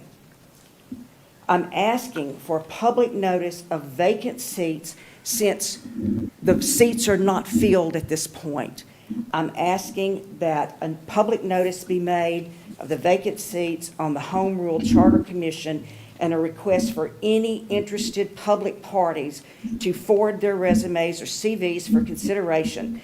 The good old boy, backroom, self-serving way of city governance in this city has to stop. I wonder if they're tired of hearing good old boy yet. You decide to vote on new members, again, please note it on the agenda so that interested parties may attend. As an aside, I would ask Mr. Ray, the letter that was put forth to you from the AG, will that be made available to the public? Now, listen up. Ma'am, I didn't get a letter from the AG. The members of the commission did, and it's a public document. If you'd like, I'd get it to you. I would love one, thank Sure. you. So, did y'all catch that last part? Richard Ray said he didn't get a letter from the AG. The individual members did because he's an ex officio member. But how did he get his tentacles on the letter? Because he's the one that responded to the AG's office. We actually published Wes's response to Richard's response on our Facebook page. So that begs the question, how did he get it? Well, he's basically admitted that other members sent it to him, which means he's acting as the city attorney for the public body known as the Bossier City Charter Commission. Say that close enough? Yeah. Well, in the comments, Jerry asks a question, says, where is the evidence of all the work the members accomplished? Is all their work done in public? It's funny you ask that because in today's council meeting, they were voting on approving an ordinance and sending it to the bond commission without having even read it or seen it today. Oh, yeah. Brian Hammond's made that a point, too. We're going to get to it. That's coming up here probably in 20 minutes or so, 15 or 20 minutes. So, yeah. So we might right, Logan. pick up and speed up a little bit. Yeah, we might better put everybody on double time. I'm going to put everybody on time and a half, so we'll have a little bit of chipmunk speed. But this is a good point that you made on the appointments and the statutes governing that. You have 3 minutes. So if this body is bound by open meeting laws, I'm wondering if a walking quorum by this body were to occur, would that be considered a violation by this body? Just curious. I'm guessing I wouldn't get an answer on that. And the reason that I bring that up is because one of the replacements that you are contending here to make is one of Preston Freely. So as you're considering replacing members, I want to quote RS 1395-1, where it talks about the composition of charter commissions and for municipal, parish, all that, where it says members who shall be elected or appointed in the manner provided by the governing authority of the municipality or parish. And it goes on to say that members will be appointed by this, replacements of somebody resigns or what have you. We can all agree to that. But the next thing that comes to mind, which is where my question really is our city charter. Chapter 21, so is this commission following the charter and bound by the charter as well too? Because in chapter 21, section 2102, item number 3, all commissioners must be approved by ordinance and by a simple majority vote of city council members. So as you consider appointing and filling these seats, my question is, are you bound by the city charter as well too? Because the statute says that the city can adopt rules, and they have. It clearly says that by ordinance they have to be approved by the council members, and the statute says that you can appoint members. So I would contend the people that you propose to put in these positions, have they been approved by the council by method of ordinance? Or they're going to. I suspect you guys are going to ignore anything that any of the speakers up here say today, but I would contend you should consider it. Mr. Lowry, I'll address that, and I think we did in other earlier meetings. The charter states that the members are appointed by the council by ordinance, and everyone that was appointed was, but the charter is silent on vacancies. And so Louisiana law fills the gap and says in the instance where there's vacancies, that's where revised statute 33-1395.1 is the only guiding authority that addresses vacancies. There's nothing in the charter. And so this body is making appointments pursuant to Louisiana law and in accordance with the charter. I think it's like an attorney general's opinion. You get one attorney general's opinion, and from one term to the next, as one of the commissioners pointed out, I think that's your opinion. I would disagree with interpretation. I'm no lawyer, Rhodes Scholar, or Stupidville, but I could be possibly right. I thought you think were a you would lawyer for a say little bit. That probably would be something the judge would have to determine. Well, there's no AG opinion on the issue at all that I'm aware of, and there's nothing in the law that says how you fill appointments, either in the charter. The only thing that there is in Louisiana law, and it's clear that on a charter commission, any type of charter commission, which this is, vacancies are to be filled by the existing members. So that's what they're doing. Right. The first sentence says that a municipality can set their rules. Bossier City has rules that says part of the qualifications are approved by the council.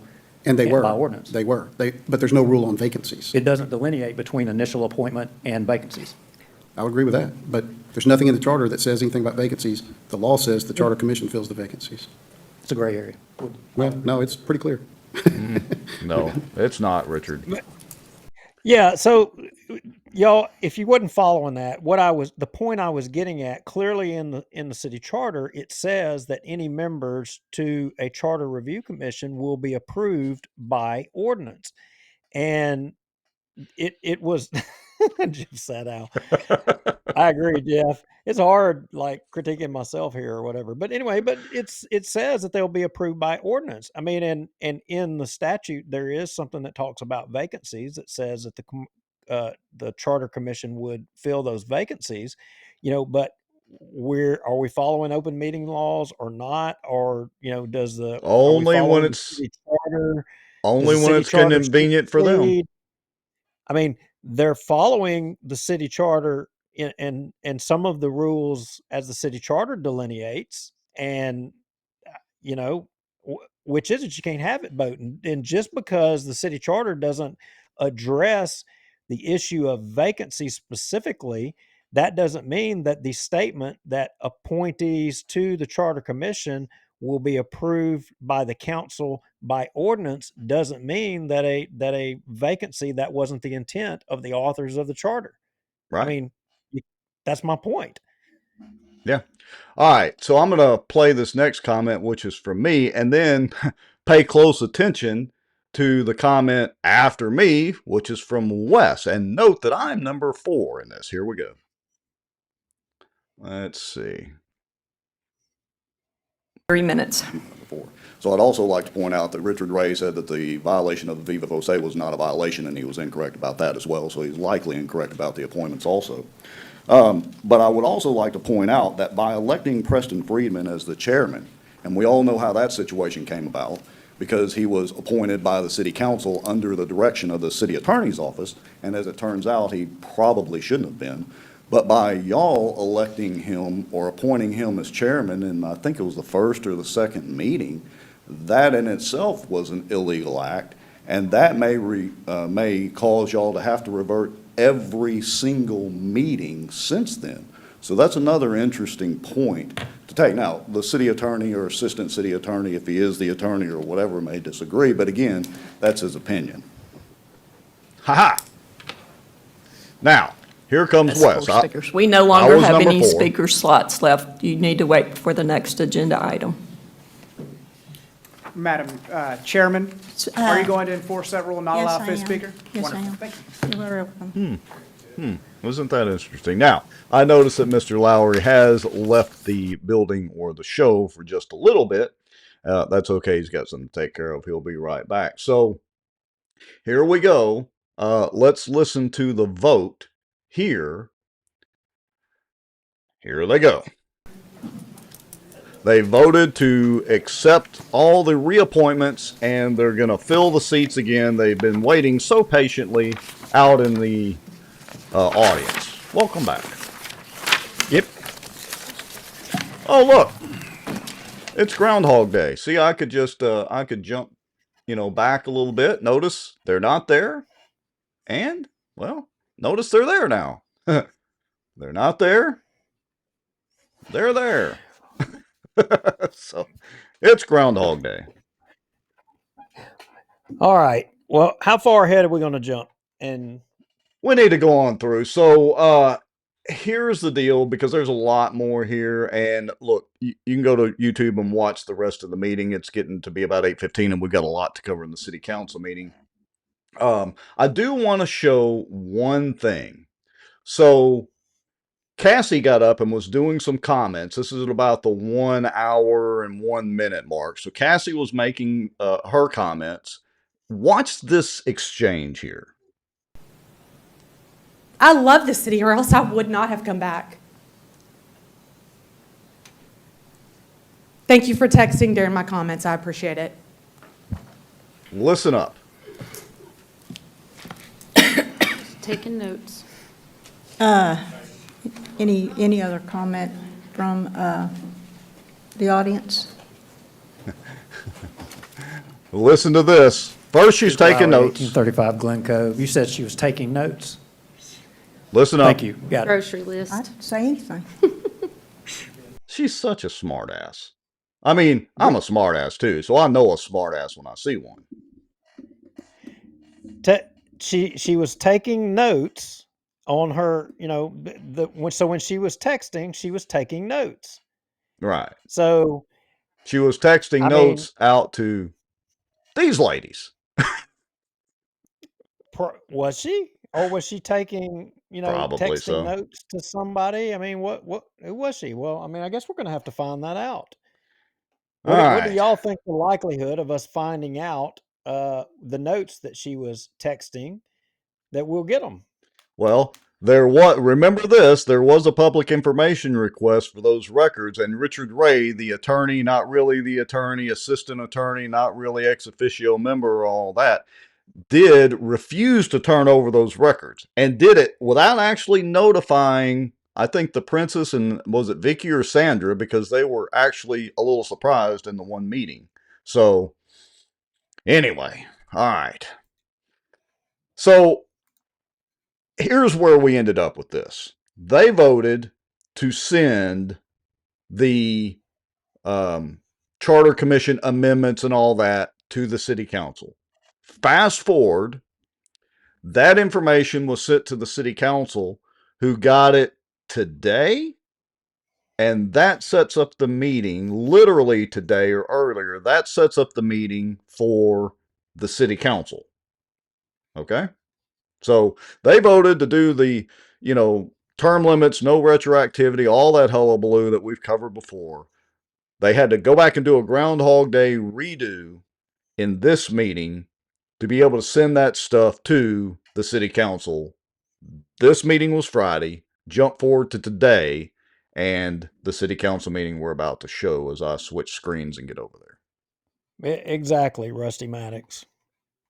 And there was one part in there, like, I made comment to, I think it was Miss Wilhite. I mean, she was yawning as I was talking. They could care less. And I said it doesn't matter. I know that. But the reason a lot of us, we know that they're not listening to anything that anybody from the public, they could care less what any of us say. I mean, just, it is what it is. But the reason we're going up there and doing it is for all of y'all watching. We're going up there to make these arguments so that you can see yourself the total disregard for all of you. Yeah, it's for full transparency. We're literally, all of us that are commenting, every one of us, including Mr. Maddox, Cassie, Wes, Miss Alice, everybody, it's to shine that light on what's really going on at this meeting and have some sort of public record of it. Okay, so I'm jumping forward to the City Council meeting from today. So remember, that meeting we were just watching was Friday afternoon. This meeting was today's City Council meeting. And they had a little bit of a dog and pony show, shall we say. And I gotta say, Vicky got a little feisty here in her little soliloquy. Shall we play that? All right, here we go. Go ahead. How are you, gentlemen?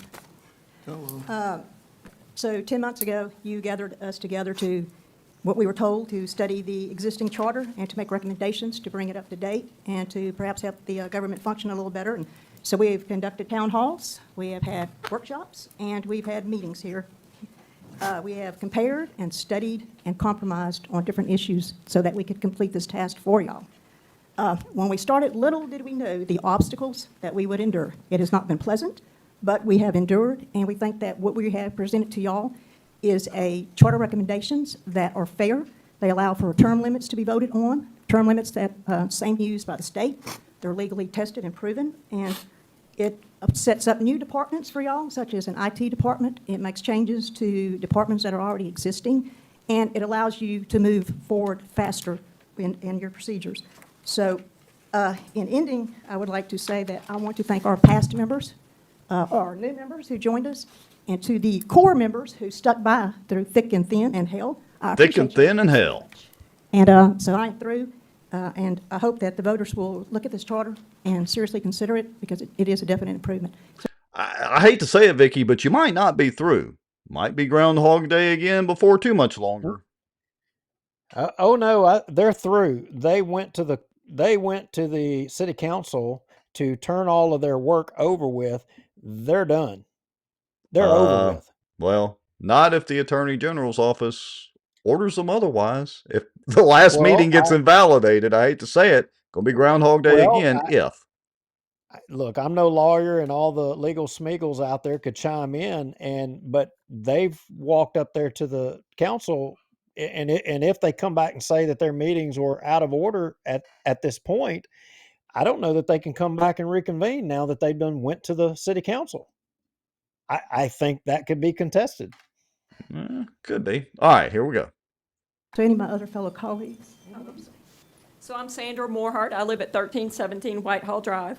I have been present through all of the different meetings. As Vicki said, we had 3 town halls, 3 workshop meetings, and 18 meetings, in which many of those we interacted with the department heads of the city. We listened to them. We listened to many individuals. We also all committed to individual hours of study and research time and many robust, and when I say robust discussions, they were with all commission members. So through all of this, I looked at our commission members, and I was really honored to serve with the diverse experience and the education and the expertise that we had. It was amazing how I looked at us and I felt like we represented the city of Bossier City. We were mothers, fathers, grandmothers, grandfathers, a nurse practitioner, an attorney, 2 seasoned, long-term Bossier City small business owners, a nonprofit executive, community leader, pastor, retired military, a wealth manager, a business executive manager in real estate, oil and gas, and property management, and a corporate finance and operations manager for the Fortune 500 company I work for. So all of us have been leaders in various political groups, community groups, and our churches. The leader of the pack. We live and work in Bossier City, and we are Bossier City citizens. And we believe we took all of that into consideration when we developed what we believe is a governmental framework for Bossier City to succeed. So I ask each of you and you, Mayor Chandler, to accept and support this collaborative compilation of work from a committed group of citizens, Bossier City citizens. We took it seriously. We feel like the revised charter is reflective of all of us coming together, and we feel like it will benefit Bossier City. And thank you for letting me serve. Thank you, Ms. Sandra. Well, check your text message, and you want to tap on that picture and look at it closely. If you didn't already know. All right, here we go. Talking to Duke. Sorry, folks. Okay. Come on now. Makes sense now? Let me say, Mr. President, I'm just all right. guessing. I don't know. Do we want to go through all this gushing and then Jeter had to get up there and he made some 10-minute speech? Do we want to listen to all that? No, I don't think so. But I think we do want to listen to Darby. I think we need to hear. Okay, here we go. The most difficult part or controversial was the term limits. Correct. I can say without reservations, I looked at the revision you made, and applaud you for doing the due diligence to do it the right way. Thank you. And I really do appreciate that, because before now, I never felt like it was the right way. But I definitely feel like this is the right way. Thank you so much. You're very welcome. And I do feel like it is the fair way to do it without Okay. targeting out. The fair way to do it. The fair way to do it. So what they're saying is that by citizen initiative, that's an improper way to express policy, but a government-aided approach is the proper way. And Oh, yes. presto, now he supports term limits. Yeah. Imagine that. I mean, just like that. That's the deal, is they're going to try to rebrand this and market this as, we passed term limits. The city council finally did it. They finally passed term limits, and that's what they're going to run with. That's the easy narrative. But I want to point out another contradiction here, Rex, and I don't think that we played it, but in the beginning of this, I think a question was asked about maybe when would they get the revisions, to which they said, I think even Vicki Whitman says, or maybe she says it here in a minute, but she says, well, you'll get them after the meeting. And Right, yes. the point is they quote unquote don't have them yet. They don't have them. Right. But let's listen, because I think that dialogue's coming up here in about 20 seconds. But what Darby just said, Mm-hmm. somehow he knew exactly what the language of the term limits was at this moment. My point being, it's a little suspect. What we have said, of the whole reason they even had the Charter Commission was to try to defeat term limits. They're basically acknowledging it. He has what the term limits propositions that they're trying to put forward is. That's all he cared about. He's seen the language of it. That's the whole purpose of all of it. He's acknowledging it. Yeah. And he's going to vote on the other crap, and he doesn't even know what it says. Yeah. The rest of it, as we've said ad nauseum on the show, the whole reason the Charter Commission was put in place was because of term limits. And you pointed it out. I think, was it Smith or Hammonds, or both of them, tried to get a Charter Commission going at the beginning of their terms when they got in office. And I mean, it was like crickets with the rest of the city council. It was in that last Charter Commission meeting.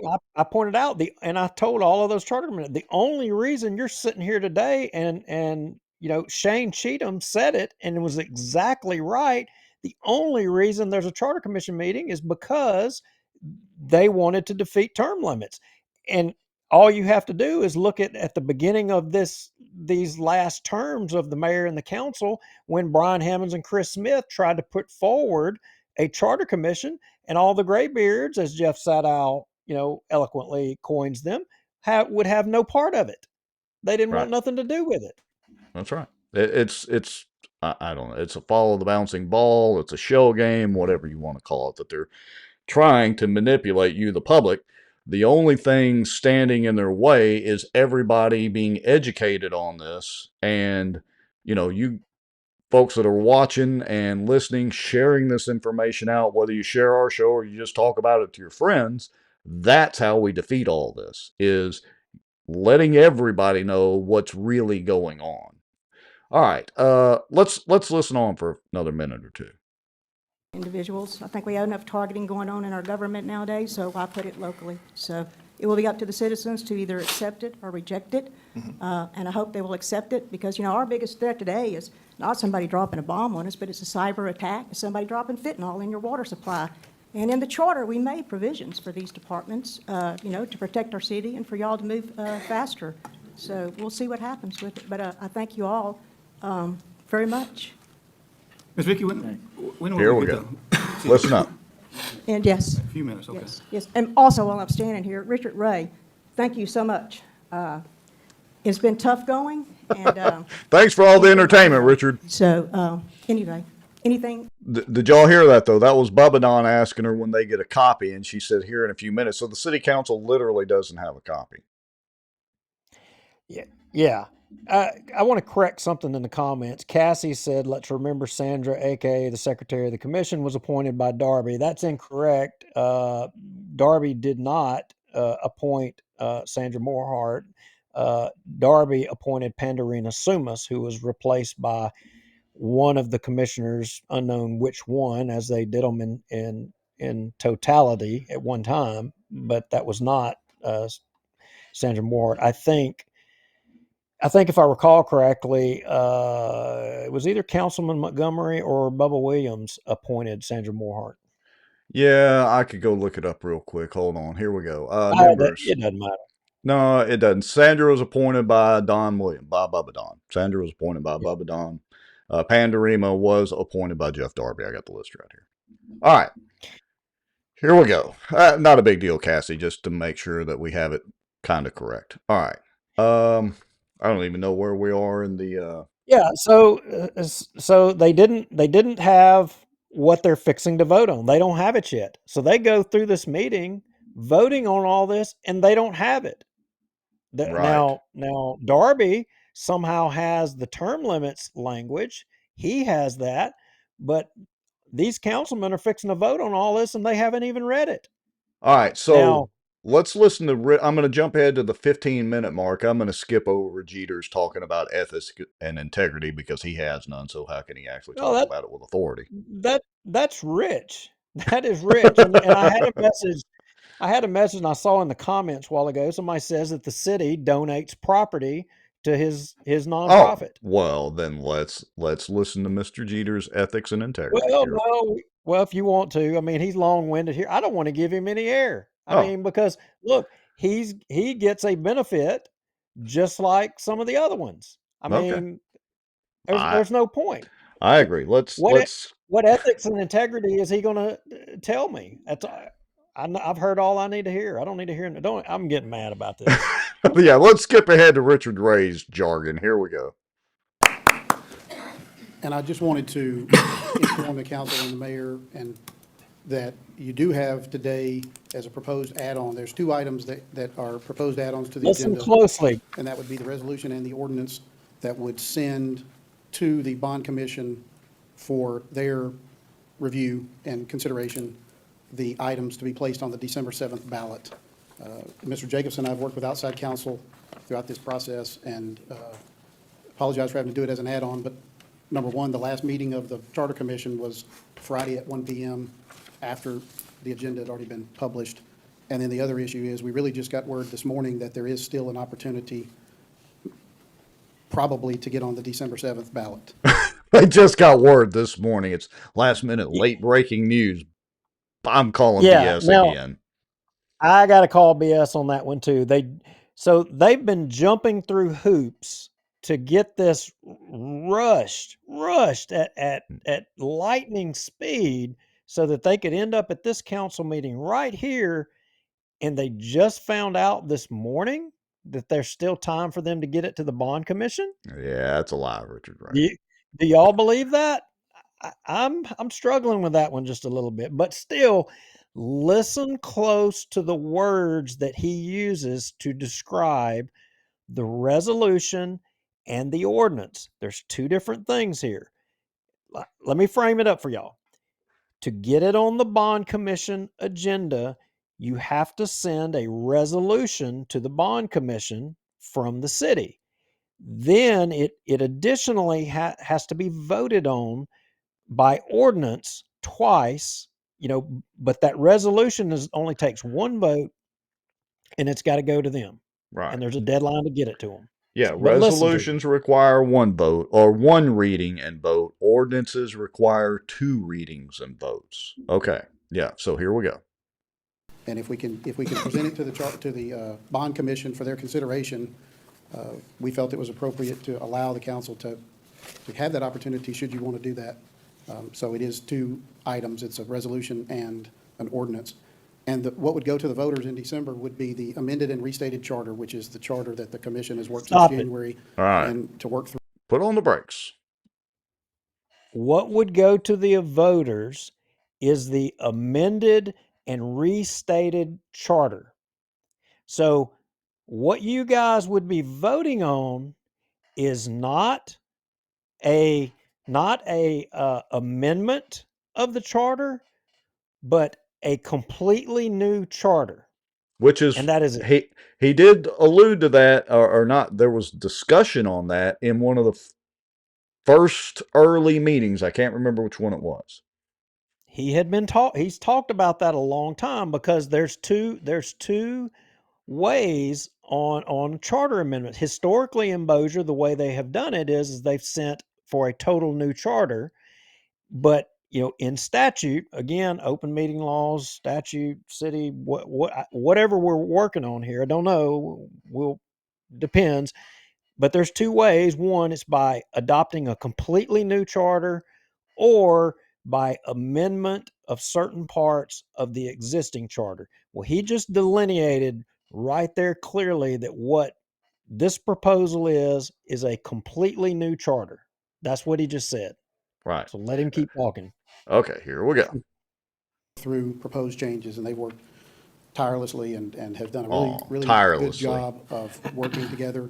And that is there's some members that weren't on it when we finished, but those people also worked hard, and I'd like to thank them for their efforts as well. But everybody that has been a part of this, down to the department heads, each of you, I've met with each of you in the beginning to go through things, and the mayor, we've met on multiple occasions on what were proposed changes. And the process, it's just like any process through the legislative process. It's not always pretty, but people can come together and work together for the betterment of our city. And I think that what is proposed is good, but the really good thing is, it's not y'all's decision to make. You put it to the voters and you let them decide. And I know that there's going to be some questions or some issues about, well, this doesn't impede in any way any other effort, the court system. Okay, whatever. But all right, we need to this pause. way- Hold the horse. Let Whoops. me- I want to point out what he just said. This in no way impedes any other effort. Well, that's BS. BS. That's BS. Well, let's keep going, but I'm calling it out as it happens right here. Okay, here we go. Voters of Bossier City will be able to evaluate a new charter that hasn't been done in 20 years. Evaluate a new charter. The citizens of Bossier will be able to evaluate a new charter. Now, Rex, Not amendments to the charter, a new charter. So riddle me this, y'all. If y'all are following along to the 2 points we just stopped and we just made on the words he's using, the public will get to vote on a new charter. So let's say that if the Charter Commission or the good old boys or whoever are able to get this charter thing that they're trying right now on the ballot before the term limits petition that's tied up in the Second Circuit is dealt with, and the people vote and approve the new charter. Well, let's say that happens, and then the Second Circuit, they were able to get this on this December ballot. People vote on it and they approve it. And then the Second Circuit approves the people's petition, and then it would go on the March spring municipal ballot. But you know what? Guess what? It wouldn't go on the March spring ballot. You know why? Oh, do tell. Because that was an amendment to the previous charter. Ding, It ding, doesn't ding, ding, ding, apply ding. to the newly adopted charter. That was the way that they were seeking to use the Charter Commission to kill the people's petition the first place. Adopt a new charter.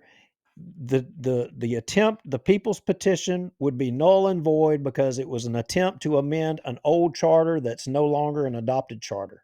Yeah, and Does that is does the whole everybody play. follow that? The petition that's been done twice now would have no bearing on this new charter because it is a petition to amend the existing charter. If that new charter gets voted in, that'll be it, and the new petition that's in the Second Circuit becomes a moot point. Right? And that's exactly right. All and right. Miss Whitman, Sandra Morehart, every one of them, they all know that. Yes, They all know that. So why do they you can think act they're like- trying to rush? Exactly. They know that. And so do those councilmen. But let's let Richard keep talking. Oh, yeah. And they'll either adopt it or they won't. And then they'll have an opportunity to vote on term limits for the council and the mayor, and they'll either adopt those or they won't. But if they, the great thing about how the Charter Commission is sending it to you, and I think the way it's be sent to the voters, is that even if they don't adopt the new charter, which I hope they do, but even if they don't, they have an opportunity on term limits to vote on that, and it would either amend the existing 2005 charter, or it would amend the charter that's in what'll be Proposition 1. So the voters will get to choose whether they. Now, word salad. He's saying that it would, he just delineated it right there for folks. He just said the second proposition, the first proposition would be to adopt a whole new charter. Then there's a second petition that would be to amend their term limits to amend the old charter. But then he just said that it could be to amend the new charter. No, that's not how that's going to work. I can tell you how that's going to work. They'll end up saying, oh, well, that second proposition is not valid because it was an amendment to the old charter. We just adopted a whole new charter. The same death cut for the people's petition is the same cut they're going to use to kill their supposed newfound love for term limits in Bossier City. That's how they're going to cut it. They're going to kill it right there. They have no intentions of adopting any form of term limits, none whatsoever. And this is a parlor trick, as you described in one of the things. Richard Ray knows it. I mean, it's clear as day. Hopefully y'all can see it too. All right. So another question from Miss Jerry. She says, got it. So the charter members need more public pressure for ethical complaints from us. That is one tactic. It's the Groundhog Day tactic. And that tactic is pretty simple. Ethical complaints and complain to the AG about the most recent open meetings law violations at the Friday meeting. You've got 60 days to complain about those, so you don't have to get in too big a hurry because that would reset them back to that same meeting, which would throw all this into disarray as well, which I probably just said too much for the powers that be out there and the good old boys, but they already know that. Yeah, and Jeff Sadow, his comment right there, he's dead on the mark, and this kind of goes back to the beginning. You know, and Ray has Ray's been telegraphing all of this and his intent and the way he was steering this thing from the whole beginning. But now he's just saying it out loud. But you've got to be listening to the words and listening closely. Yeah, he had no choice. He had to say it out loud, but he's parsing his words carefully because, as he tells us often, words matter. So all right, let's hear more. Okay, I'll hit play. Here we go. They want this new charter or not, and they'll get to choose whether they want term limits or not. And that's what democracy is all about. Let them have. That's what democracy is about. We'd like to ask the bond commission to consider putting it on for December 7th if we still have time to do that. And that's why these items would be as add-ons, and I'm just giving you that explanation. So now listen up. This would require 2 votes. Well, it's 2 votes because there's a resolution and an ordinance. You're talking about to add it to the agenda? No, to get it to the bond commission, that requires 2 votes. I'm not understanding the question. It's just require 2 hearings. The bond commission. Oh, well, the resolution today would be to call for the election, and then there's an ordinance process, and so the ordinance would be introduced today, and then the second reading would be at the next meeting. But as long as the resolution calling for the election is passed today, then the bond commission has an ad hoc meeting prior to the Secretary of State finalizing the ballot for December the 7th. So the key date would be that if, it's y'all's prerogative to do whatever you want to do, but if you don't add on the resolution and the ordinance and pass at least the resolution and that first reading of the ordinance, then we won't be able to make the December 7th ballot because there's not enough time to get on the ad hoc meeting. So it's. All right, I'm going to pause it right there because that's a lot of word salad. Here's the deal. You heard him say that to pass the resolution requires 1 reading and 1 vote. To pass the second part of this equation, the ordinance, that requires 2 readings and 2 votes. But first, they have to vote to add it to the agenda today because it wasn't already on the agenda because they had to do the Groundhog Day meeting Friday. So that's an important distinction. To even get it on the agenda for the city council today to vote to send to the bond commission, they've got to vote unanimously to add it to the agenda today. All right, everybody up to speed? Stay with the bouncing ball here. Here we go. It's 2 votes because it's a resolution and an ordinance. And you just said something a second ago. You said, we don't vote on it. We just. That's correct. You're just sending it to the voters. You're voting to put it on the December 7th ballot and allow the voters to vote on it. Because 21.01 of the charter says city council shall submit this amendment to the people, just like 5.01 says city council shall submit petitions to the people. Well, It's the same process? When you send it, right, you have to send it, but if you don't send it today, you won't make December 7th. It'll be sent some other day. I'm just making sure that the language is the same in those 2 chapters. Shall. I believe Important word. It is. Stop. Did y'all catch? Were y'all paying attention? Play that exchange again, and I want everybody to listen close. Y'all listen to it again. All right, here we go. Y'all think about the words being used here and in the context of what they're trying to do with the Charter Commission amendments and what they did with the People's Petition. Send it, right. You have to send it, but if you don't send it today, you won't make December 7th. It'll be sent some other day. I'm just making sure that the language is the same in those 2 chapters. Shall. I believe it is. It is. Shall. Any other questions? Yeah, do we know what the special All election right. is going to cost? And so Hammond's, let's see, where are we at? The 21-minute mark. I think this is where Hammond's. But anyway, let's listen. The taxpayers of Bossier City? Yes, Councilman Hammond, it's on there. It's the same estimate. It's $14,400 or whatever it is. It's at the bottom of one of those. It's on the proposed. Yeah, and it's part of the application, but it's, yeah. And we've totally missed it for the November. There's no way the bond commission can. No, that's correct. There's ballots have already been printed and mailed and sent in for November. Oh, well, that's no big deal. I mean, everybody else just fills out the Yeah, that deadline was. Okay. I think that deadline was April. Yeah, April 17th, I think, from memory. So it's long gone, but. Okay, any other questions? Thank you, Richard, for your work on that thing. I know you've been here a long time and met many meetings with them, so I appreciate it. Well, I appreciate it. I mean, it's, in my job and just, I'm used to people saying things about me and, I got thick skin. I really commend these citizens that got to experience some of that. But it's okay. That's what, they're all. Oh, no, they're all courageous. He wasn't talking about us. Worked in any capacity.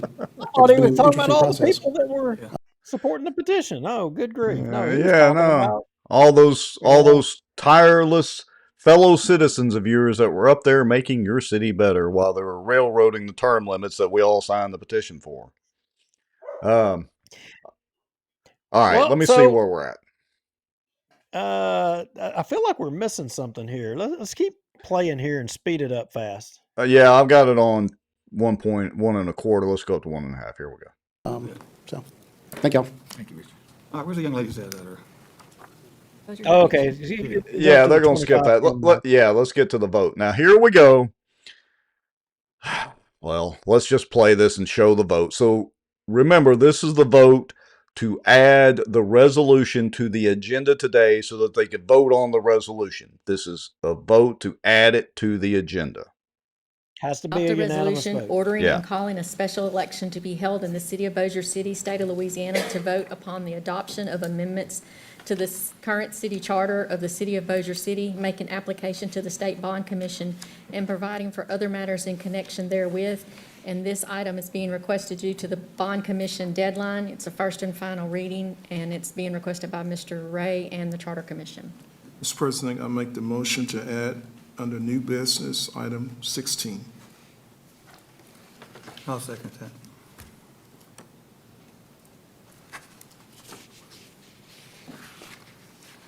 All right, Council, any questions on that? Any questions from the audience? All right. Let's vote. Here we go. Oh, we got Cassie up. Good afternoon, Council, Mayor. Putting this on the agenda sounds great in theory. However, where is the term limits petition ordinance? Did we forget about it? Good question, Cassie. Hundreds and hundreds of people participated in the Charter Commission. Richard Ray recognized that they did and said it was a cool process for us. But some of us also spent countless hours, not to block what was happening, but to make sure that these 2 petitions that were signed and certified by the Register of Voters were acknowledged. And not a single acknowledgement for the hundreds of citizens that participated in this process as well. Shame on y'all. We all have jobs, we all have things to do. But we tried to also make our city better. And for y'all to block the people's petition continuously shows us exactly who you are. Ooh. Do the right thing today. If you're going to put one on the agenda, put the other one on the agenda. Let them go to the bond commission. Because like Chris Smith just said, it's shall. You shall do it. Let's do our jobs today, guys. Thank you. And I got to say, Cassie has definitely upped her game in her commentary and delivery. She was on point. She is coming on strong. I mean, I am proud of Cassie. She is one of the citizens that have stepped up and, you know, taken charge and wanting to make her community better. And, you know, I would say shame on all of those commissioners sitting right there, and shame on the council that are just ignoring, you know, people like her. I mean, that's one of your constituents right there, and you are just ignoring them. Yep. All right, so next up is Robert Wright. He asked an interesting question that, honestly, I had forgotten about, so let's hear that. And then we're going to get to somebody getting kicked out of the meeting. So y'all want to text your friends and say, hey, check back in on the show, because you're going to get to see somebody being escorted out by the city marshals. Here we go. Robert Wright on tap first. Yes, sir. My name is Robert Wright. I live at 6307 West Oxbow Circle. Question or two, and you may not know the answer to this. On the council members at large, are we going to have an A and B district? Is that right? That's what I've heard. I haven't seen the revisions of the charter, so I couldn't tell you. I can't hear him. I haven't seen the revisions of the charter, so I couldn't tell you. Okay, so y'all there again, won't be able to answer. there again, another councilman saying, I haven't seen the charter revisions. They're voting on something they hadn't even seen it. They hadn't even read it. Don't worry about that. Just vote on it and then you can read it. Do you know that, Richard? I heard that too. Yes, that's included in the amended and restated charter. And Councilman Smith, that's the most recent version is on the website. It's been there for probably about a month, maybe more. The last one, I think it's the September 10th, or September 12th version. It's available on the website. Okay. There'll be a red line version that goes to the bond commission that we'll also put up there, but it's all of the verbiage is in that September 12th version. But there will be in the proposed charter, the at-large districts will be, they'll still be the entire city, but they would be at-large District A and at-large District B. So it would be, everybody wouldn't run against each other in one election. People would qualify for either A or B, but they would still, the winner, there'd be two that would represent the entire city. Other question I would ask is the term limits, and I'm sure Mr. Wright can answer this for us. Are the term limits on this thing, are they retroactive or not for the new charter? I think the Charter Commission, they're not retroactive, are they, Richard? So it's not retroactive, or it is? It's not. Okay, thank you, sir. Thank you, council. Mr. Wright. Here we go. All right. Bubba knew. Apparently, he was paying attention. Yeah, he was paying it. He probably went to the website and downloaded it and watched all the Charter Commission meetings, being the great city councilman that he is for so long. All right, folks, here we go. Drum roll, please. You need to pay close attention to this. I'd like to know this time that I'm not going to be dismissed on my questions about the agenda. I also agree with some of the other. Name and address, please. Alice Bossier, 5041 Highway 80, Houghton, Louisiana. I'm glad to see that I there's a want you to- possibility I want of you some to agenda stop. items being changed. All right. Sorry, Miss Alice, we're going to interrupt you for a second. Well, I want all of you to know, you need to realize this moment right here, right now, with what they do to Miss Boyer here. I want you to know that the possibility of a lawsuit is very possible here, and rightly so, because what happens here is pretty damn egregious. We're at the point of the meeting, we're talking about the agenda, okay? And what's on the agenda and what's not on the agenda. And every citizen in this country, I mean, has the right to petition their government, the right, to bring their grievances. That's why you have meetings. That's why you have these things. And right here, right now, she's bringing something, and they squash her like a bug. Now there's another little part, but I'm not going to say it. I'm going to hold on to it because in the event that they get their asses sued to hell and back, it's going to be pertinent, and I will share it at that point. But anyway, go All right right, ahead. here we go. And Miss Alice is in the commentary, so here we go. On here, because I agree with the fact that I think it's a great idea that this gets approved and added to the agenda, but the other item that the citizens put through needs to be added to the agenda also. It should have been added previously. The other thing that needs to be added to the agenda is this situation that involves the community, the support that is being given to the United Nations in the form of a refugee. Ms. Boyer, I am no, not going to have my we're speech. not talking about that. That's not on our agenda It needs to nowhere. be on the agenda. It needs to be on the agenda. We're It says not- 2025. It's the United Nations, and you're sitting there and you have a councilman that has put this up as a possibility for regurgitated money Ms. from the. Boyer, No, we're not talking about it. it needs to be discussed. You need to explain to the people that if I'm wrong, explain to them how I'm wrong. Explain to them how this is not going to happen. Explain how this is not going to happen. I'm just going to ask you to sit down, okay? I'm going to ask you nicely to sit down. Now, I'm going to pause it right there for just a second, and then we're going to play it on through. What she is saying is germane to the discussion on the agenda. She is asking why something else can't be added to the agenda. So keep that in mind, folks.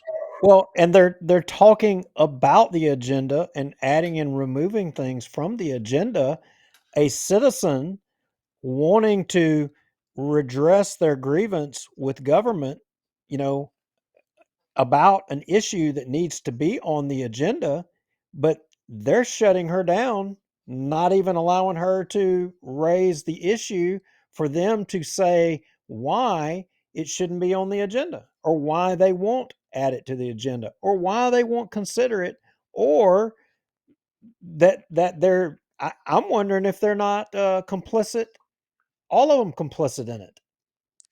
That's a very good question. All right, here we And go. they're trying to hide it from the public. Here we go. Hold on to your seatbelts, folks. You're going to interrupt my 3 minutes and me pointing out some important about that, factors on we this are. situation. You all want to sit us down about our term limits. Y'all have shut us down by this coalition anyway. Okay, now So why is there not going to be equal handling? And why do you want to shut me down again when this is important about the safety and the welfare of our community? This is your second time. I'm going to ask you to sit down again, okay? And is my 3 minutes up? No, not yet, sir. But you're not going to sit up here and scream and holler. We're not going to talk about what you want to talk about. Okay, I'm going to calm my voice down. And we're still not going to talk about that. I appreciate you calming You your don't voice think, down. well, you don't think that the people want to know about this? If you know about it, I'm sure everybody knows about it. No, I doubt that, and I think it needs to be discussed publicly. Well, then go And have a y'all meeting need in to- your neighborhood and this discuss co- it publicly. It says "we." Does this council, is this council involved in it? It says "we," sir. That don't mean nothing. The words are clear all through this letter, "we." Okay, so, listen. Shit. I'm I'm asking you to sit down nicely, and next time. You're not asking me next time nicely, we'll have and you you're disregarding escorted- me again. Next time, we'll have you escorted out. Is my time up, sir? It don't matter. I'm telling You're you to sit denying down. me my First Amendment right to speak about something that is of concern to this Marshall, could community? you just come escort her out, please? Here we go. Are you going to arrest me, sir? We're not going to arrest you, we're just going to escort you out of the building, that's all. I will walk out.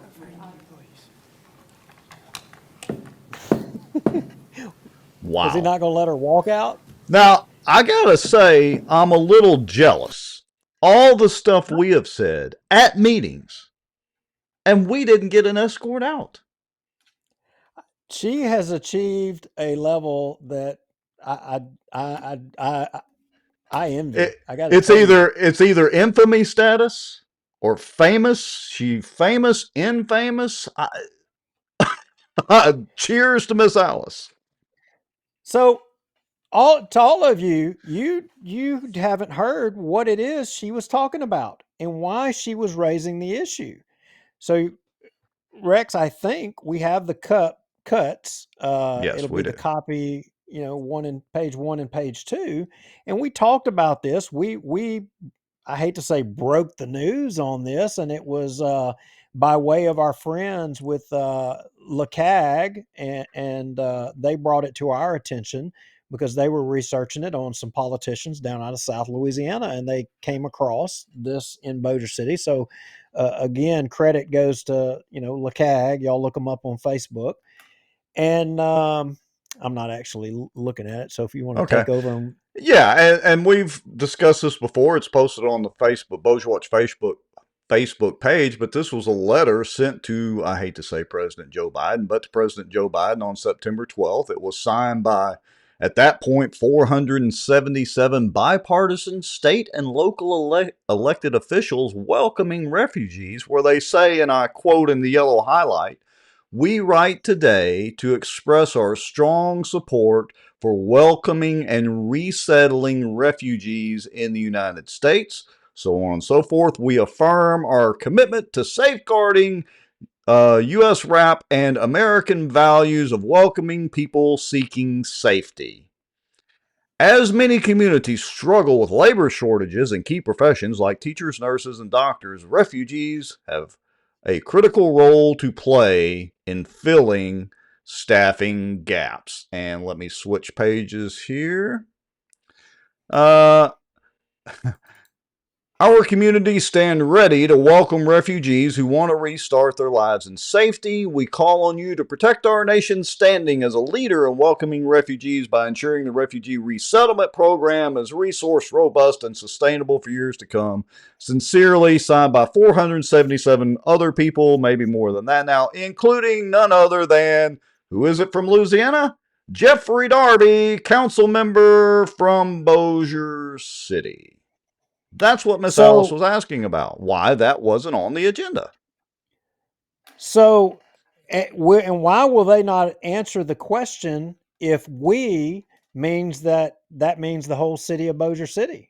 Yeah. Is Bubba Williams wanting to open Bossier City up to be the refugee capital of the nation? Is he one of the "we"? Who exactly is "we"? Not just that, I mean, it's not signed Jeffrey Darby, citizen of Bossier City. Jeffrey Darby signed on or filled out whatever form to attach his name as a council member. He's recognized on this letter as a council member. We didn't make this up. You can go to their website. We've shown it before. I'll put a link in the comments later. We're not making this up. This is literally on their website still. Well, as Richard Ray has said in the past, I think words matter. And, "we" is definitely in here countless times. I mean, and is Jeffrey Darby the representative of Bossier City on this? That needs to be delineated.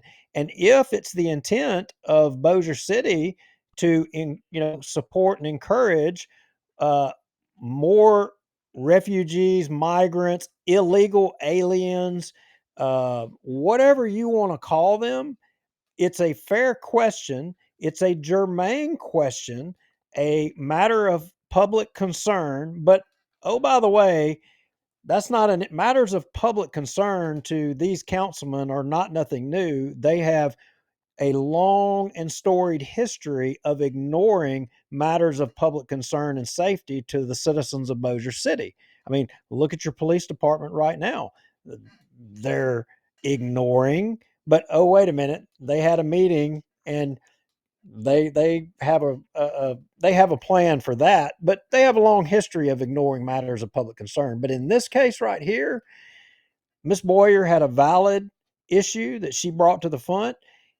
Bubba Williams, as the chairman of the Bossier City Council, they violated, her constitutional rights and denied her rights. And I'm going to stop Look, right there. But that's news flash for Bubba Don. Here's how you should have handled that. You should have allowed Miss Alice to say her piece. You could have cordially addressed her and said, we appreciate your comments. Would you please reach out to your city councilman and maybe the city councilman at large and try to get that on the agenda, and we'll be glad to discuss it at a future meeting. End of story. That's all you had to do, Bubba Don. Instead, now you have the optic of the marshals escorting Miss Alice out for exercising your First Amendment rights about something that was germane to the topic at hand, which was the agenda and what was on it or not on it. okay. So for all of you watching, you need to share my screen, Rex, if you remember Okay. how to do that. So So for all of you watching, I just want to give y'all heads up. This video was made in Springfield, Ohio, where Haitians are not out in the yard with a machete cutting up people's dogs and cats. But this is what apparently the Bossier City Council don't want to.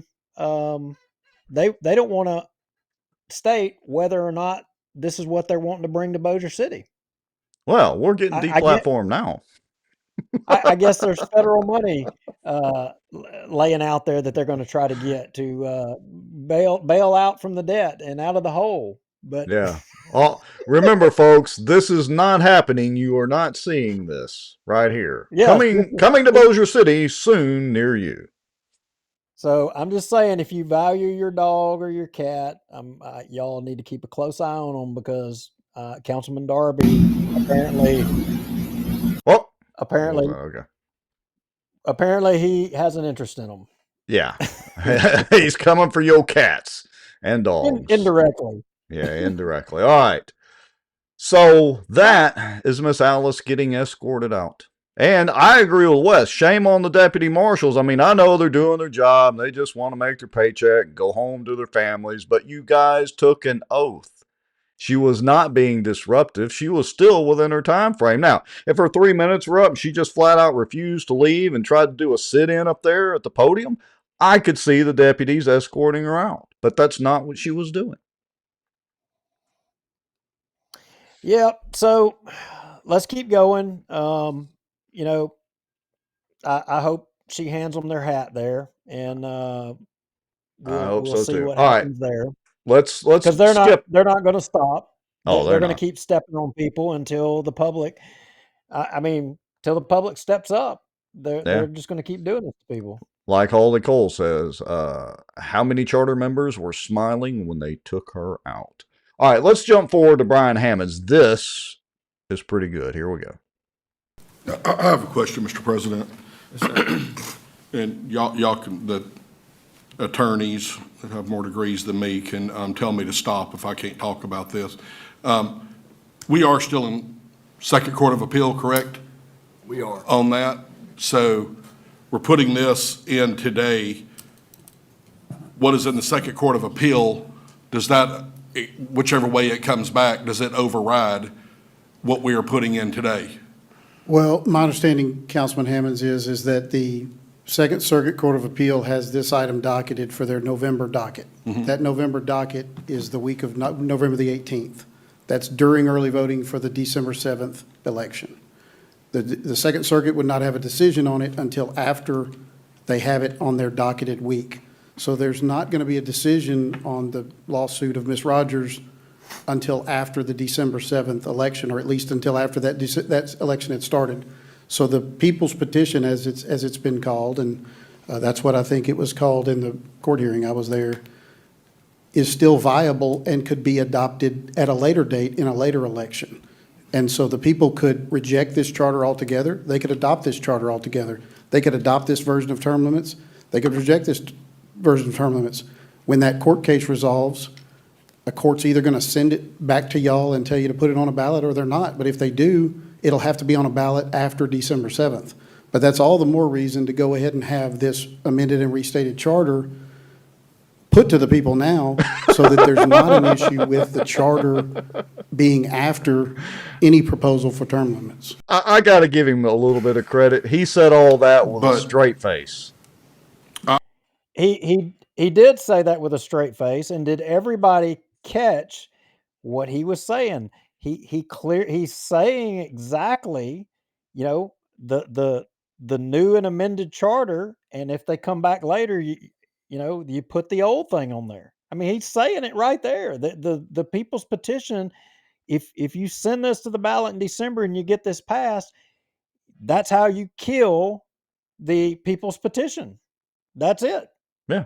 He's And he knows that. He was parsing his words carefully again.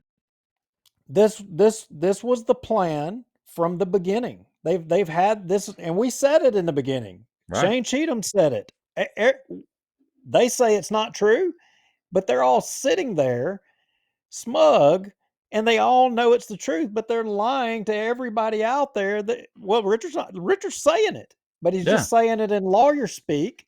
And if you don't listen to the fine print and you don't think about the detail of the words he's using, I mean, I don't know. Is it clear to y'all? Do y'all hear it? You get it?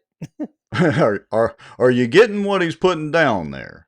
And this goes into the definition of the good old boys. We'll talk about that towards the end of the show, but this is a prime example of it.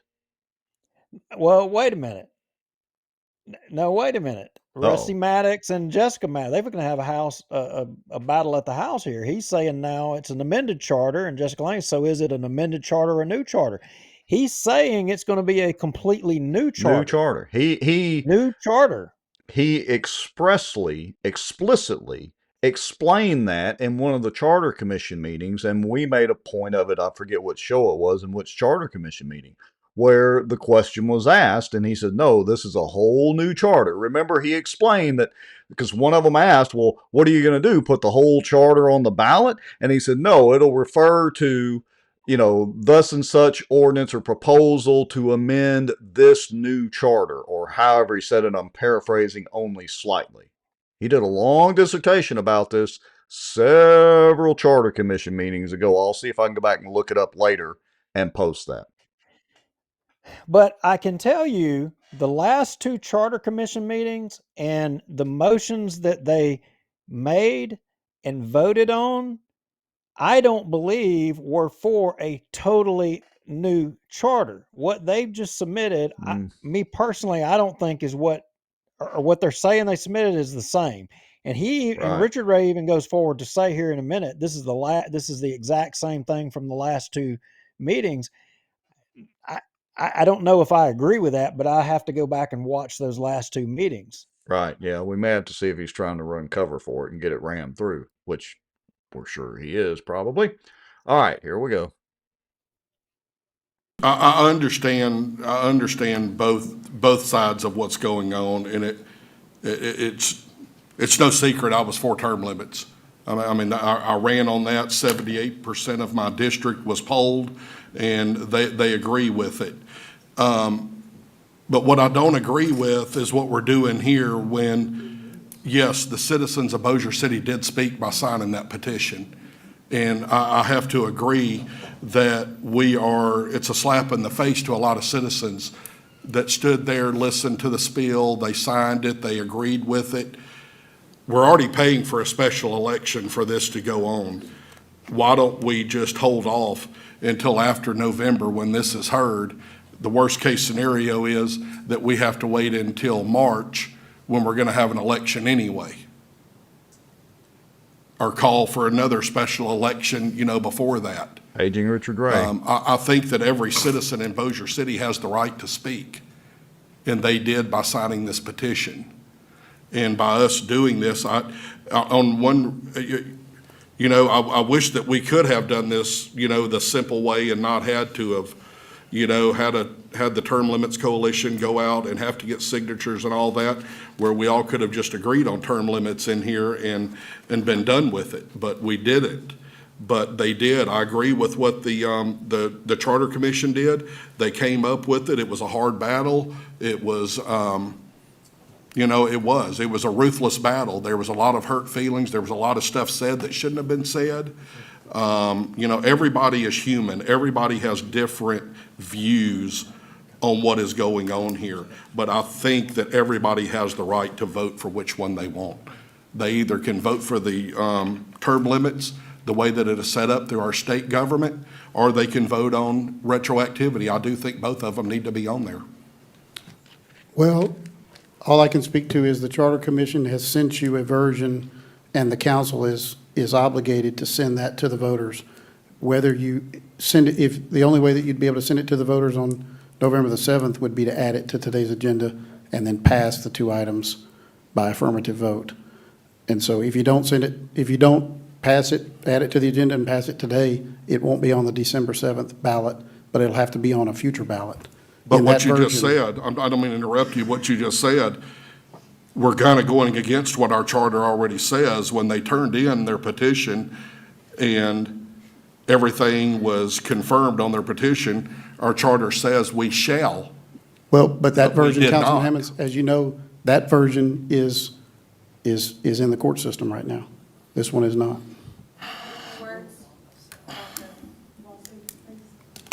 Well, we're not gonna talk about a lawsuit, we can't do that, but it's in the judge's hands, it's not in our hands. Actually, you can right now drop the appeal, vote on it today, and it all can go to the ballot. It's not on the agenda. Yeah. You don't have to have dropping it on the ballot. It's not on the agenda. I would say, Harvey, Mr. it's not on President, the rather agenda. than taking more comment on this, we have to come back in just a minute and vote on the other item to be added, and there'll be an opportunity for public comment on that. So I would just ask that any public comment be on that other item. We just keep following our agenda. Follow the agenda, boys. Councilman They have Hammonds, an does that agenda, answer your all right. question? Oh, yeah. Okay. They have an agenda, no doubt. All right. Shall we go to the vote and then go to the hot off the press information? Breaking news, folks. We have a response from Bubba Don.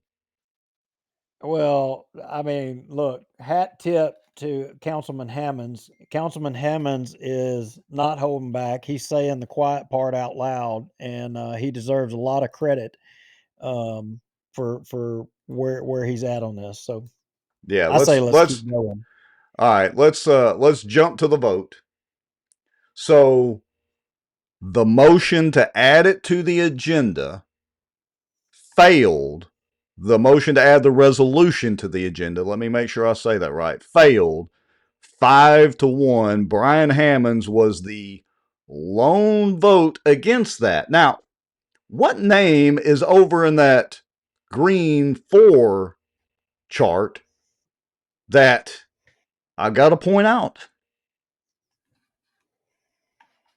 I mean, I would be remiss if I didn't point out that one particular councilman voted to add it to the agenda.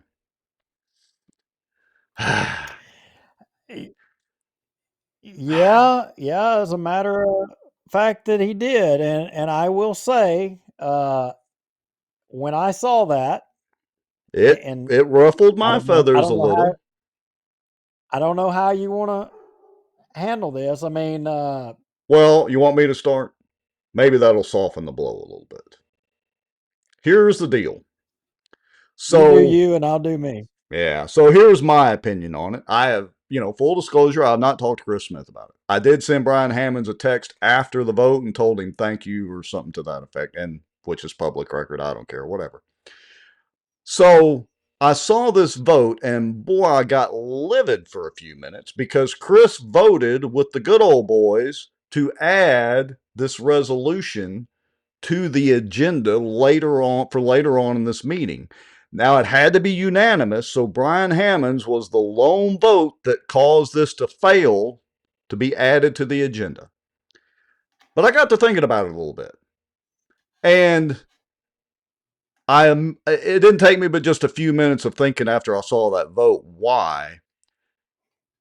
And if I were in Chris's position, I would have voted with Hammonds, honestly. But this thought would have crossed my mind as well. If he's going to be on principle, for doing what the charter and the law says for the term limits petition, well, by extension, the charter also says they shall do this with the Charter Commission, regardless of what I think about the Charter Commission and the circus. So I can see that I'm either going to guess he pushed the wrong button or he was trying to vote and stand on his principle. I got to say, that thought would have crossed my mind, but I would have been with Hammonds and voted against it just out of spite as an FU to the good old boys. Well, here is, so I'm going to read it. So after I saw that this afternoon, I had a reaction just like you. What the hell is Chris Smith doing? And I sent him an email, and here's the email that I sent him. And I said, Councilman Smith, you voted to advance a charter commission proposal that is an affront to the people's petition and nothing more than a tool to delay, prevent, or stop the people's petition. Why? Question mark. And he responded back in a lengthy email. So I'll read that. Duke, thank you for reaching out. And here's the thing, I wanted it in writing from him.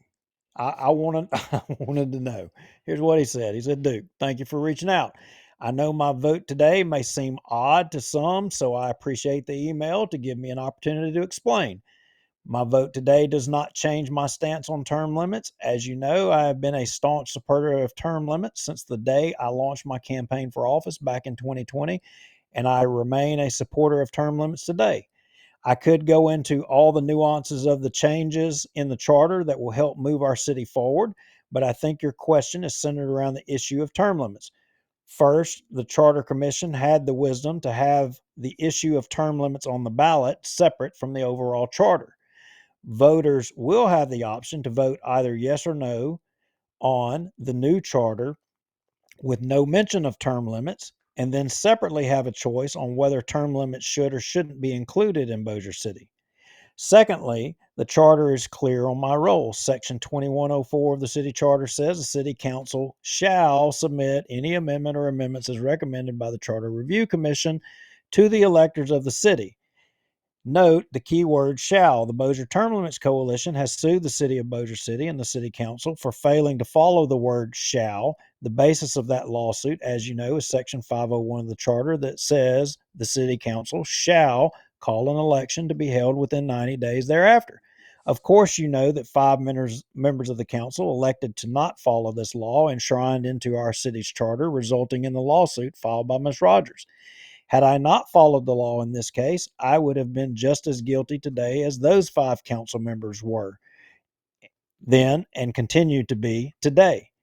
In no way am I looking to thwart the will of the people, but I promised the people of Bossier City on day one that I would never compromise my morals or do something I felt to be unethical or illegal.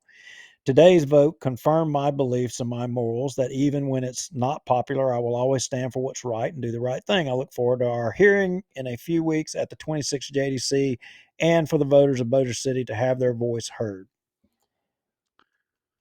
Well, I don't know. What say you, Mr. Lowry? I've given my opinion on it. I'll cut him a little slack. And look, I've been, not so Well, easy on Councilman Smith before. I'm cutting him a little slack, although I still don't agree with it. Well, Ruth Pope Johnson, I think, took the words out of my mouth. All I can say is thank God for Councilman Brian Hammonds. Brian Hammonds deserves all the thanks and credit, that y'all out there feel inclined to give him. He deserves a hat tip because he saved the day here. Because and I already understand. I've already started getting messages and emails that councilmen not Hammonds and Chris Smith, but other councilmen and even the charter commission members are all saying they support term limits, and they're giving the people term limits. They're already out there trying to muddy the water and saying all that gibberish, in which we called it. know the truth. And I even think Chris Smith is wrong in his email here, where he's saying that, they're going to have it, he's wrong in his interpretation. It's not going to, it's going to, there's term limits isn't going to be here in the end. The only way they're doing everything in their power to prevent it. And, now they're not going to get ahead of the people's petition. At best, they're going to be on the same ballot with the people's petition, because guess what? Since Brian Hammonds voted the way that he voted, they're not going to be able to get the resolution to the bond commission. It's not going to happen. Well, all right. Now, we did have a question earlier. I'm going to switch screens and then we'll come back to this. We did have a question earlier. So what if they call a special council meeting? I don't know that they can. I think they could try that, but my gosh, what would that say to all of y'all in the public if they did that? Would that not tell you a little bit more about them? I mean, right. As if you don't already know enough. Yeah. Okay. So because we're starting to get a little late at 9:25. Ruth Pope Johnson is saying immediately they started saying they gave the citizens term limits. It's infuriating. And all they of are our lives. Right. That's not us saying that. That's y'all saying that. Let's jump ahead. Let's see. There to the 131 mark, because Jacobs and Richard Ray had a pretty interesting kind of little exchange there that kind of summarizes this. So let's listen up for a few minutes. You can't. No. You can't let the secretary get by, Sandra Morhart. Absolutely not. Oh yes, 4751 mark. Okay, hold on. Yeah. Hold on. Thank you for. Oh yes, she was a little confused. Hold on. All right, let's start with Richard Ray, and it'll go right into her. This is good. Well, I think at this point it's moot. It's a moot point because you got to have the resolution, and it just failed on the last item. So you'll have to send it to you have to under the charter to send it to the people, but you'll have to do it some other day than December 7th. Oh, he looked a little bit dejected there, a little bit. Oh, it didn't go exact. He was all in on killing the petition. He can say what he wants to say. He was against the people's petition. I mean, he was against it. All right, he's rejected. You can look at it. It didn't go exactly as planned today, but he should have anticipated that that it was going to fail. But here we go. So, shed a little tear. Oh, look, it's Sandra. Hello, Sandra Morhart, 1317 Whitehall Drive, Bossier City. I just need clarification because what I saw on the screen passed and didn't fail. Was it the wrong one that popped up? Has to be unanimous support. Has to be unanimous. Okay. Go sit down. So it's just not a majority?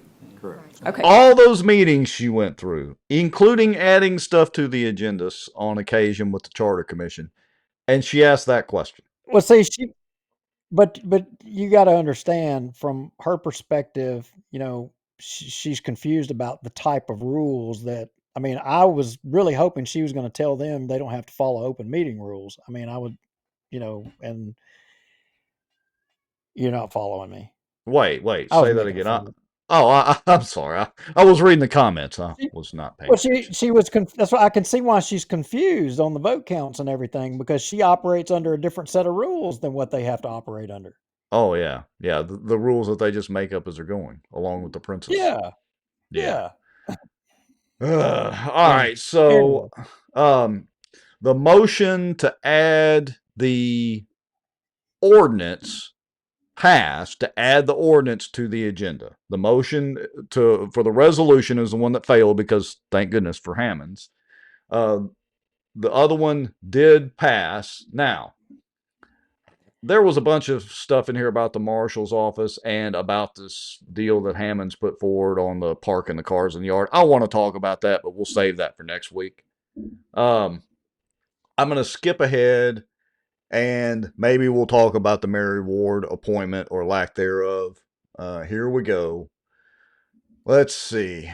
Hammond's comment on not getting the charter, receiving the charter amendments. Here we go. I would like to continue this too, since we didn't get this until 2 o'clock today. I have not even had a chance to even read through these.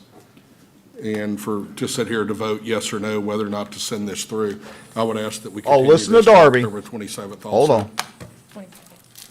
Mr. Darby would have to remove his motion, Listen up. withdraw his motion. Mr. Attorney, the council action does not impact this one way or the other because we can't amend it, we can't revise it. We're just voting to send it to the ballot. And matter of fact, I don't even think we sent it to the ballot because we didn't pass the other part of it. That for the is commission. correct. All right, listen. This gets on the ballot in two parts. One is a resolution. The other is the ordinance that contains the proposed amendments or changes. Without the resolution to the bond commission, which was not added to the agenda by unanimous vote, then this would be a first reading. So of this, and but without the resolution, it doesn't go. It will not go to the bond commission with a request to be sent to the Secretary of State to be put on a ballot. Now, you can vote on the first reading today, and then you can come back in 2 weeks, and then you'd have a second reading plus a resolution if you wanted to move forward in that manner, or you could. But the ordinance part of it, it is an ordinance. You don't have discretion, but an ordinance does require 2 readings. And here comes That's fine. If we're going to have 2 readings on it, then that's fine. Hurry up, Richard. Come to the mic. Councilman Hammonds, if it helps alleviate any concerns you would have, the language that's in here is the same it's the exact same language that was passed last Friday by the Charter Commission, but also it's the same language that was adopted by the Charter Commission back on September the 16th. Yeah, I know. So I nothing's just changed would in the like the language. opportunity to, we didn't see these until we walked in our chambers today. Well, I agree, but that was because today's pretty much the very last day to get on the December 7th I ballot. mean, I just, if we would have had these sooner to look over, but we didn't, so if we're going to have Imagine 2 that. readings, then that's fine. Well, You have this to was pass gonna be it on to read it. agenda a month ago, whatever the date was, but we had to pull it. There had been a complaint, so we had to have another meeting to address that complaint, so. But all the language is exactly the same. Yeah, It hadn't changed in I understand. I would just like to 8 read it for weeks. myself, though. All right. And here we Well, go. Let's see the vote. I haven't seen it. I have a motion. They by haven't Mr. seen Darby it. I haven't seen it. Hadn't seen it either. Let's see second how by they Mr. voted. Williams to introduce an ordinance proposing amendments to the city And then we're charter going to of the show City of Bubba Bossier City Don's as recommended by the response Charter Review as of Commission. about an hour, That's 30 all. minutes Are ago. y'all okay with that? All right, cast your vote. Here we go. Survey Any questions from the audience says. before we do this? Cast your vote. Motion carries. And again, Brian Hammonds voted no. Thank you, Brian, for voting on principle. Chris Smith voting for it. Well, the resolution vote was the primary one. That's the one that counted, and it counted at the most crucial time. Right. Which again, the purpose of this was to adopt a whole new charter, and it's still, to prevent the old petition, since it was a petition that was enacted under the old charter. If a new charter passes, now it sets up what Richard Ray formerly talks about, that if we get through the Second Circuit Court and, and Richard Ray's former law partner, Jeff Thompson, doesn't get it killed, it will go on to a ballot where there's a competition, competition between a whole new charter and our charter amendment. And if what Richard Ray described months and months ago is correct, how this would play out, in which I think Richard Ray is right on it, how Yeah. that would potentially play out is that whichever one got the most votes would be the one that would prevail. So, so if you had our amendment, our petition on the ballot, and you had their charter, new charter amendment, uh, new charter adoption on there, you know, whichever one got the most votes would prevail. So they could both pass with enough yays, but whichever one got the most votes, that would be the one that would prevail. So they've set up where, and I don't know, the bond commission may not allow that to happen. Yeah, that'll be interesting to see what the bond commission has to say, which is a public meeting, by the way. We may need to go down to the bond commission meeting just for the heck of it. Oh, I think that's going to be a fun one. Yeah. All right. Would you like to see Bubba Don's demeanor and response concerning the refugee situation as of 9:03 p.m. tonight? Well, wait a minute, hold up. There's a couple of things in this. No, there's a couple of things still in this charter commission meeting this council meeting. Oh, okay. Let me take control here. All right, go ahead. So, at the point we were making earlier about conflicts of interest, y'all listen to this part. Here's a resolution that they're talking about. Listen. Mr. Williams? I hit it. Motion carries. Adopt a resolution authorizing the replacement of one part-time position due to a resignation in the Bossier City Marshal's office. First and final reading. So moved. Second. Any questions, council? Questions from audience? Please cast your vote.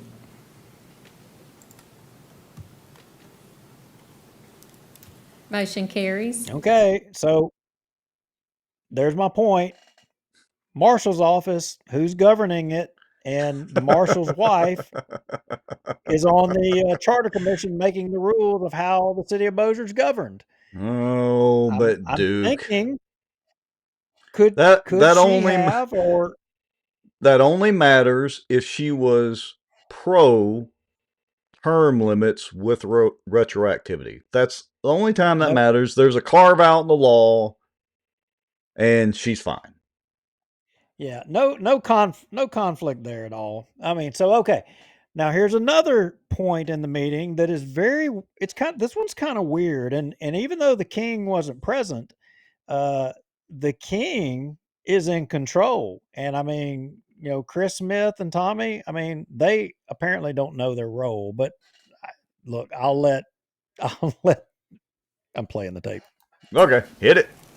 Adopt a resolution authorizing the appointment of Mary Ward as the Director of Parks and Recreation to be effective upon retirement of the current director. First and final reading. So moved. Second. Up. Put the brakes on it. Who made the motion? Chris. I did. Chris, can I ask you to rescind it? I was going to continue this item. Wait, what? Mayor, you want to jump in there or what? It's already been motioned and second already. Not if he rescinds it. You're wanting to continue this for 2 weeks? Well, and I'll tell you why. Mr. Montgomery wants to. Oh, you got it. He's not here. He wants to be here to say favorable things, you know. So he asked me if we could continue the item. Okay. Then I'll Well, rescind. why didn't one of you guys get a statement from him and read it? You've got to be kidding Motion me. to continue until October 22nd. Yeah, our next meeting. Who makes that motion? What was the reason again? Mr. Montgomery Mr. Montgomery wants to speak in favor of Ms. Ward. In support of. In support of. Okay, but do we have the votes now? Mr. Montgomery wants to speak in favor of supporting Ms. Come on, Ward, Tommy. Speak up, Tommy. and he's not here. You just got punched And in he the wants to face. vote on Get the up record. and knock back. Punch back. Who makes that motion? Well, there's nothing that Tommy can do. Yeah. No, there is something Tommy can do. You're wrong on that. And it's what I've said Oh, all along. There is yeah, something he can Tommy can do.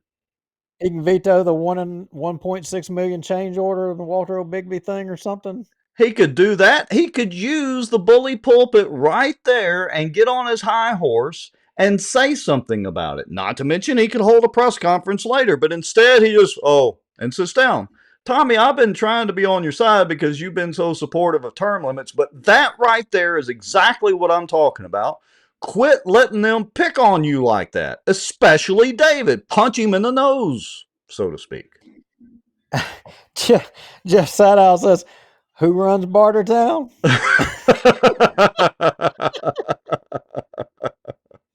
Yeah. I mean, I don't know. How disgusting is that to y'all? I mean, and I don't think that it really matters because the Parks Rec director, I don't think is resigning anytime soon, or maybe it'll be the first of the year. I don't 100% know, but it's not like it's going to happen before the next meeting. So to wait doesn't really mean a whole hell of a lot. But the No, but fact look that at the comment right there from Cassie. Now, I wasn't at the meeting, so I'm assuming Cassie is correct that this lady's family and other people were there for her, and this was shameful. He should have been, according to Cassie, and I agree, he should have been there if he wanted to address this. yeah, Well, but I thought that was important. People needed to see that moment. I mean, just well, and look, Ruth Pope Johnston says what the council did to the mayor was just wrong, period. I hate to tell you, Miss Ruth, if you go back to the Shane Cheatham appointment days, and this was mild compared to what they did to Tommy then, and I hate to say it, this is why I've been on Tommy's rear end so much. He just stands there and takes it. Goes and takes more selfies. When they open businesses, gets with Lisa Johnson. They go take selfies. The business is opening and cut ribbons. Hate it for you, Tommy, but you gotta stop letting them hit you in the nose like that. That's ridiculous. All right, I'm sorry. I didn't mean to get on a Tommy rant. well. Anyway, hey, so you've got something to share, and then I think we've got some other stuff to share. So I think Oh, we're we going to have do? to go back to that charter commission meeting. So there's been a couple of developments since we've been in the middle of the show. Oh, all right. Well, let me And then, show my stuff first, and then we'll get to that. I just can't okay, wait to show this. All right, so let me see. This is an email we just got from our friend Kyle Schultz, of Princess Juliana fame and infamy. He sent an email to Bubba and he shared this with us, gave us permission to share it on the show. He sent an email to Bubba at 9:03 p.m. tonight. So, Bubba if you support those refugees filling our streets, I suggest we start by letting them stay at you and Mr. Darby's house. You two can feed and clothe them. Sound great, Kyle Schultz. He replied, Kyle, I don't support the refugees. That shit is not on our agenda, so we don't talk about it. She can go to the newspaper or the news and talk about it. I haven't heard it on the news either. Thanks, Don. So there you go. That's what okay. Baba Don thinks of you. That's what your sitting city council president thinks of all you little folks that want to bring up things like, welcoming refugees. Well, I disagree with him on addressing the issue, but I appreciate his frankness and position on where he stands on the refugees because I stand with him on it. They're Yeah, not refugees. I yeah, mean, they're illegal aliens. They broke our laws to come here. yeah. I would agree. Yeah, I agree with the position, Bubba Don, but the way you handle Miss Alice was not right, and you might regret that. But we'll see. All right, so I can trust taking my dog to his district. At least I know one safe space. All right. So, do you have some other stuff to share out? Oh yeah. So we got to go back to this charter commission meeting, and if you'll look in the folder, I I dropped a video. And at that Charter Commission meeting, there was a little bit of activity out in the audience, and I was a little late. Oh, yes. And we got to address that. I wasn't going to go there at all. In fact, well, we will let the video play, and I will tell you Okay. who's who in here, because I had no idea. I was trying to catch what was going on because I was kind of caught off guard. I really didn't. I guess people give us too much credit. I mean, we have to figure things out. Yeah. So, all right, let me hit this button. This is going to take us back to the Charter Commission meeting. So, remember the two women that I kept pointing out in the audience at that Charter Commission meeting? Let me see if I can get to a shot of them. Yes, these two women. Well, right I here. think in the notes, I think I marked the time on when one of the speakers, because what I was trying to figure out Oh, yes, you did. was, yeah, I was trying to figure out why this interaction took place, because I had no idea. I really was caught off guard by it. But Yeah, Mr. Maddox, there we go. Here we go. All right. Vicky, oh no, is this I'm sorry, not Vicky, Jennifer Soto. And correct. interestingly enough, we'll tell you, let's listen to her comments, and then we're going to tell you who she is. All right. And if any of y'all know, feel free to share it out in the comments. Here we go. My name is Jennifer Soto. My address is Could you 416. Yes, I'm so sorry. Thank you.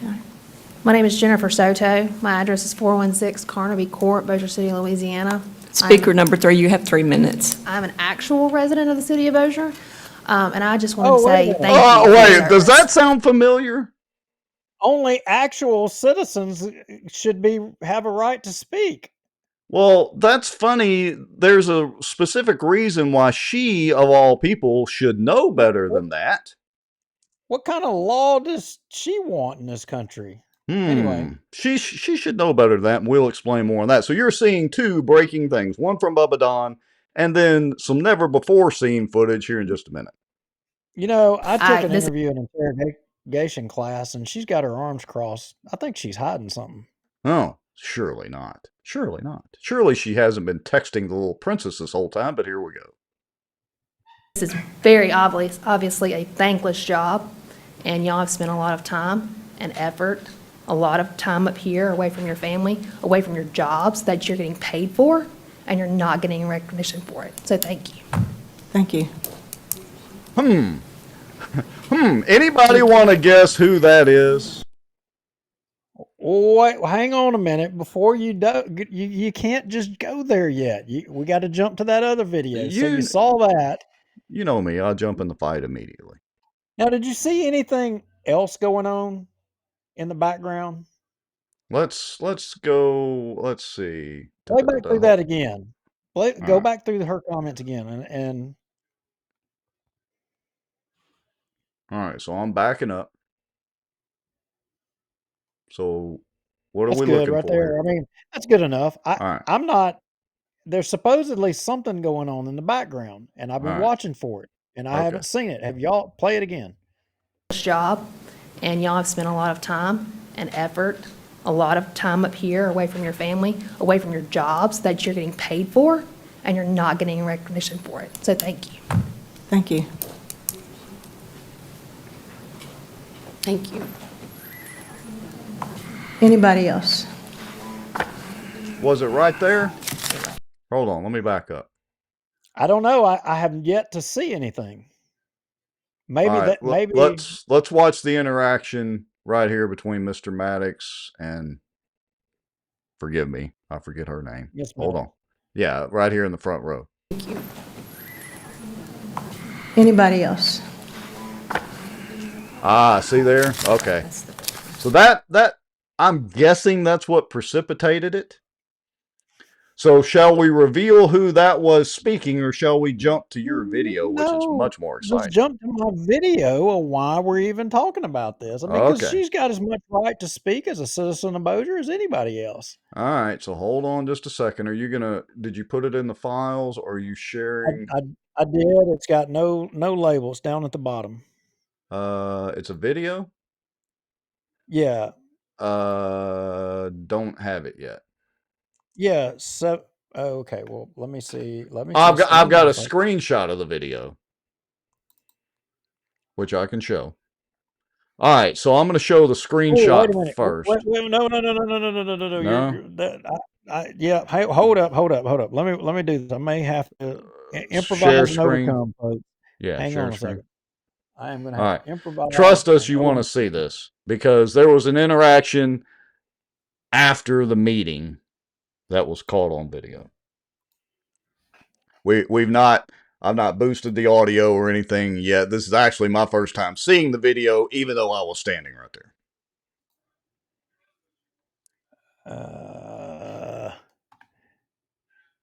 Okay, just hang on with me a second. I'm not the tech guy here, okay? You're the tech guy. So Well, we're amateurs. We should have been better prepared. We've only got 105 people waiting with bated breath to see this dude. Come on. Pressure's I on. know they're going to want to see this. I don't know why I'm trying to work with it here and I can't. I'm having a little bit of difficulty. I'm good. All right. All right. So do I do this? Keep Keep talking while I try to figure this out. Text me the video. I cannot. You can't? Is it I'm on trying your to text you. phone? It won't even let me. All right. Yeah. Yeah. Come into the show link from your phone, and then you can share a screen from your phone and play the video. That may or may not work. All right. Patience, please. So, or I don't know how long the video is probably too big to Okay. email. Drop it in There it is. Where is I just dropped it to you. Okay, so it'll Text it. take it. All right, it'll take it a minute to get to me, and then we'll show it. So this is never before seen footage, but the folks that were there at the meeting got to see it. So while I'm waiting on that to come through the text message, because it'll take it a minute or two to upload from you, let me share out who that speaker was. Lo and behold, and this will make sense to the video that we're going to show. Lo and behold, looky there. She's a law partner. So Juliana has successfully had 2 cheerleaders for her at the last couple of meetings. Imagine that. All right. It shows completed. Yep, I've got the video. So give me just a second and let me think of the best way to show this. All right. I think I can do it that way. And let me take. So, like Juliana going after my neighbor, in which I didn't get my neighbor to come, and I'm sure she didn't get, Miss Soto to come. But I find it interesting that both of her, or 2 law partners or whatever they are, have come to the meeting. But she's engaging with some of the other people out in the audience. Yeah. All right, listen Something up. to I'm that gonna. effect. They're literally going after people. Yeah, I'm going. Remember when Juliana, the young princess, told us all about whether she felt safe and all that hoopla a few meetings back, which is all BS. Here we go. I'm gonna hit play. I haven't heard this, so I hope the audio sounds good.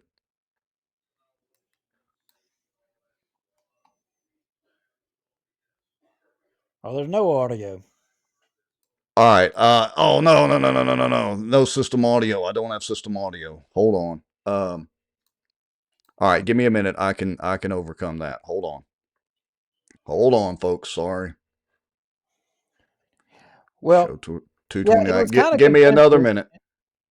and I had no idea who she was. I didn't at all. And in fact, I had not even paid attention to Miss Soto's comments.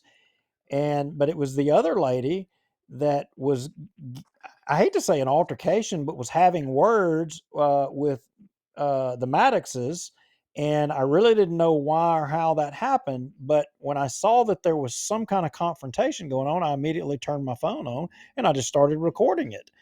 And so then as it was going, I tried to determine, okay, what made all of that happen? Because like I said in the beginning, I'd not put the face, with the Maddoxes. I mean, sorry, no offense, but I don't sometimes. I mean, the amateur journalist I am, I mean, I can't keep up with everybody. So I really what was transpiring there. I really and honestly was, but now it's come full circle for me now. Now All I right. know. Just another minute or two, and I'll have it uploaded and we can play it. All just about done. All right, here we go. So now I think I can do it this way. Yes. And I can boost the audio up. Sorry, folks, technical difficulties for just a minute. Presto. Haha, here we go. Yes. She had to make herself known. I taught character counts to children for 20 years, and I would have called them down in a heartbeat for that. Ooh, she looks angry. I'm so glad for role models. Are you going to go to No, I got to calm down before I interact with them again. We can stay all day. Very much.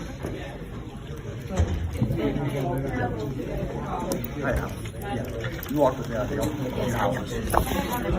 You record me? Would you Yeah, like I me am. here? Do you need my Yeah. name and address? No. I'm happy to do it. No, I'm just curious why you were attacking them. In a public space.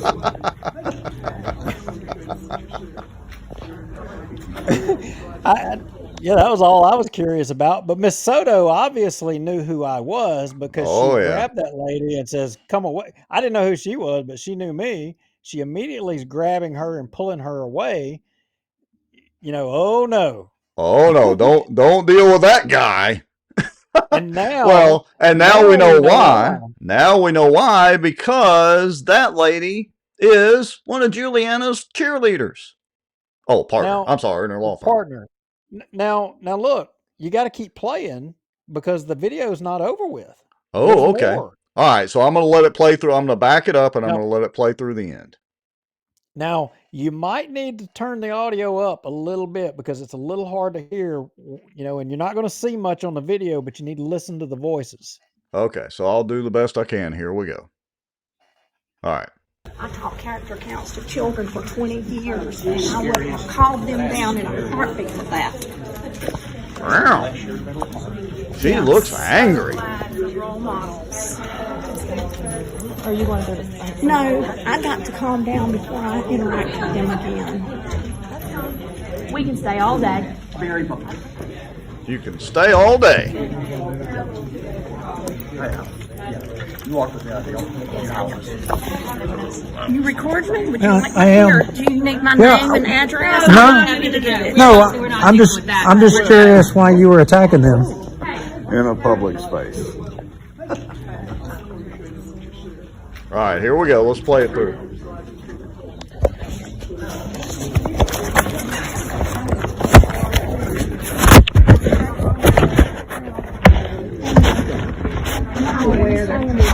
Coming up here trying to get somebody. Don't do that. Although I wasn't. I'm just attacking that lady. I'm curious as to why. We had an issue where. Would you like me to tell you? I'd love to. It's because when I was walking off after I had the minute to say what I had to say, after I was very respectful for all of y'all's time, she turned around and said, "I want to know who she belongs to." That's why.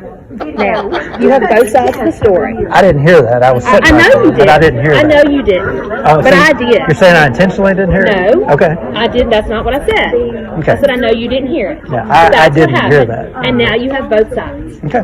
Wonderful. Thank you. It's really big. I made one mistake. Okay, so That's it. what was That's the it. mistake you made? I didn't ask her who she belonged to.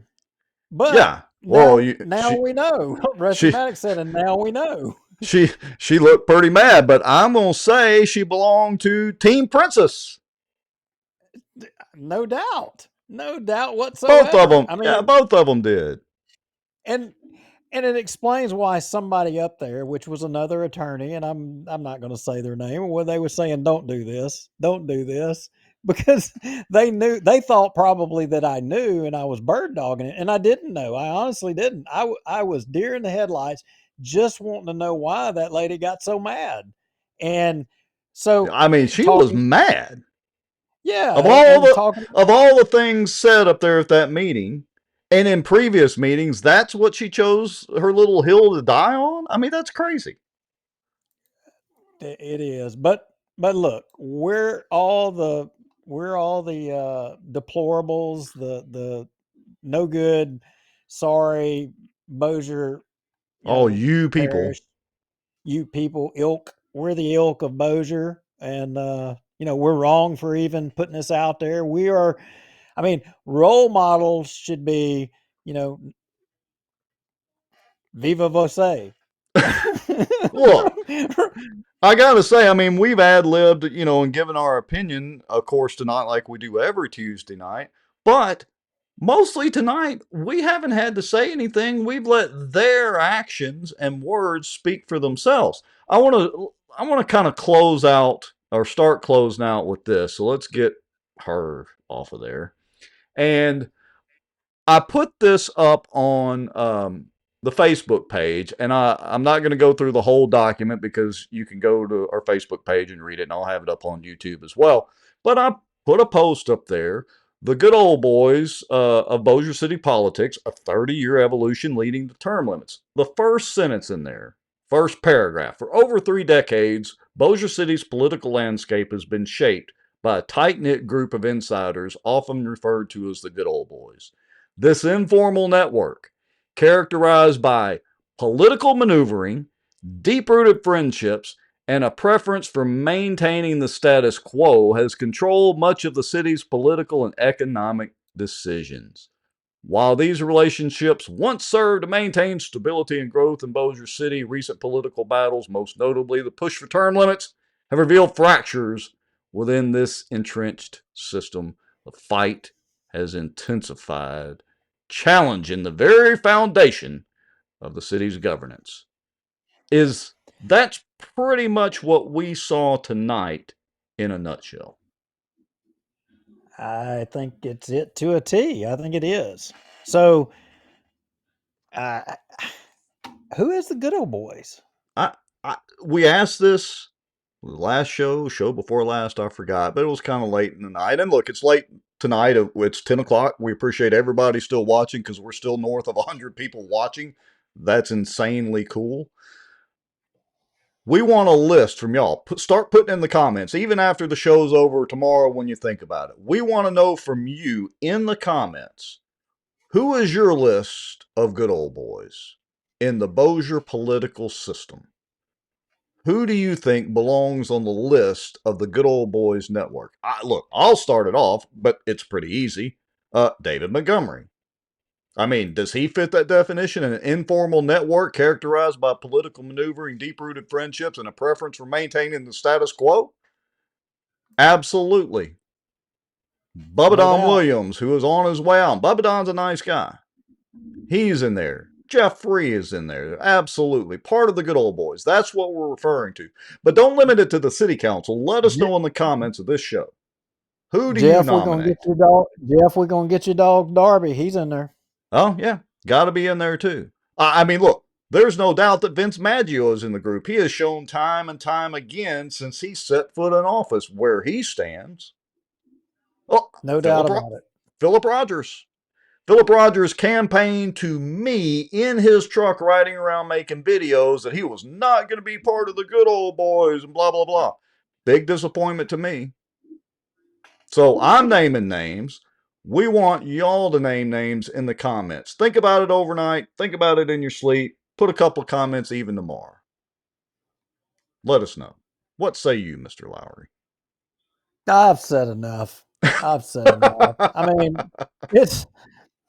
Look, this is it's y'all's community. I mean, if you want to allow the same people to continue to control, direct, steer, and ignore you, and ignore the laws, I mean, I don't know what more we can show people.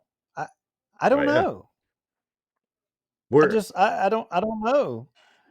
we're literally showing everybody what they're saying and what they're doing. And it's been our mission. I've posted on Facebook recently on the Bossier Watch page, but it's been our mission from day one when we were even talking about doing this show.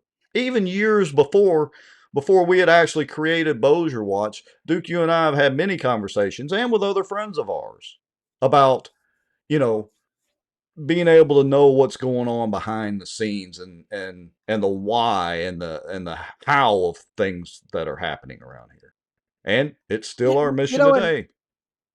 and what kills me is that so many people, they will step on all of their community just to stand by their friends in elected office and not disagree with them, not call them out, not stand against what they're doing because they're their personal friends. I Right. mean, that makes you complicit. It It does. does. If you just sit and you don't say anything and you don't do anything, that makes you a part of it. I'm sorry. Right. Yeah, it does. And there are lots of comments rolling in. Again, even when we end the show or tomorrow after you think about it or the next day, keep the list going. We'll revisit the list next Tuesday night, which, by the way, 7 p.m. again, Mr. Lowry. Now they had a business meeting, and I understand it was just as good as the council meeting, but we'll save that for next Tuesday as well too. Yes, there will be plenty more to talk about every Tuesday, 7 p.m., same time, same place. Take us out of here, Mr. Lowry. Good night. Good night.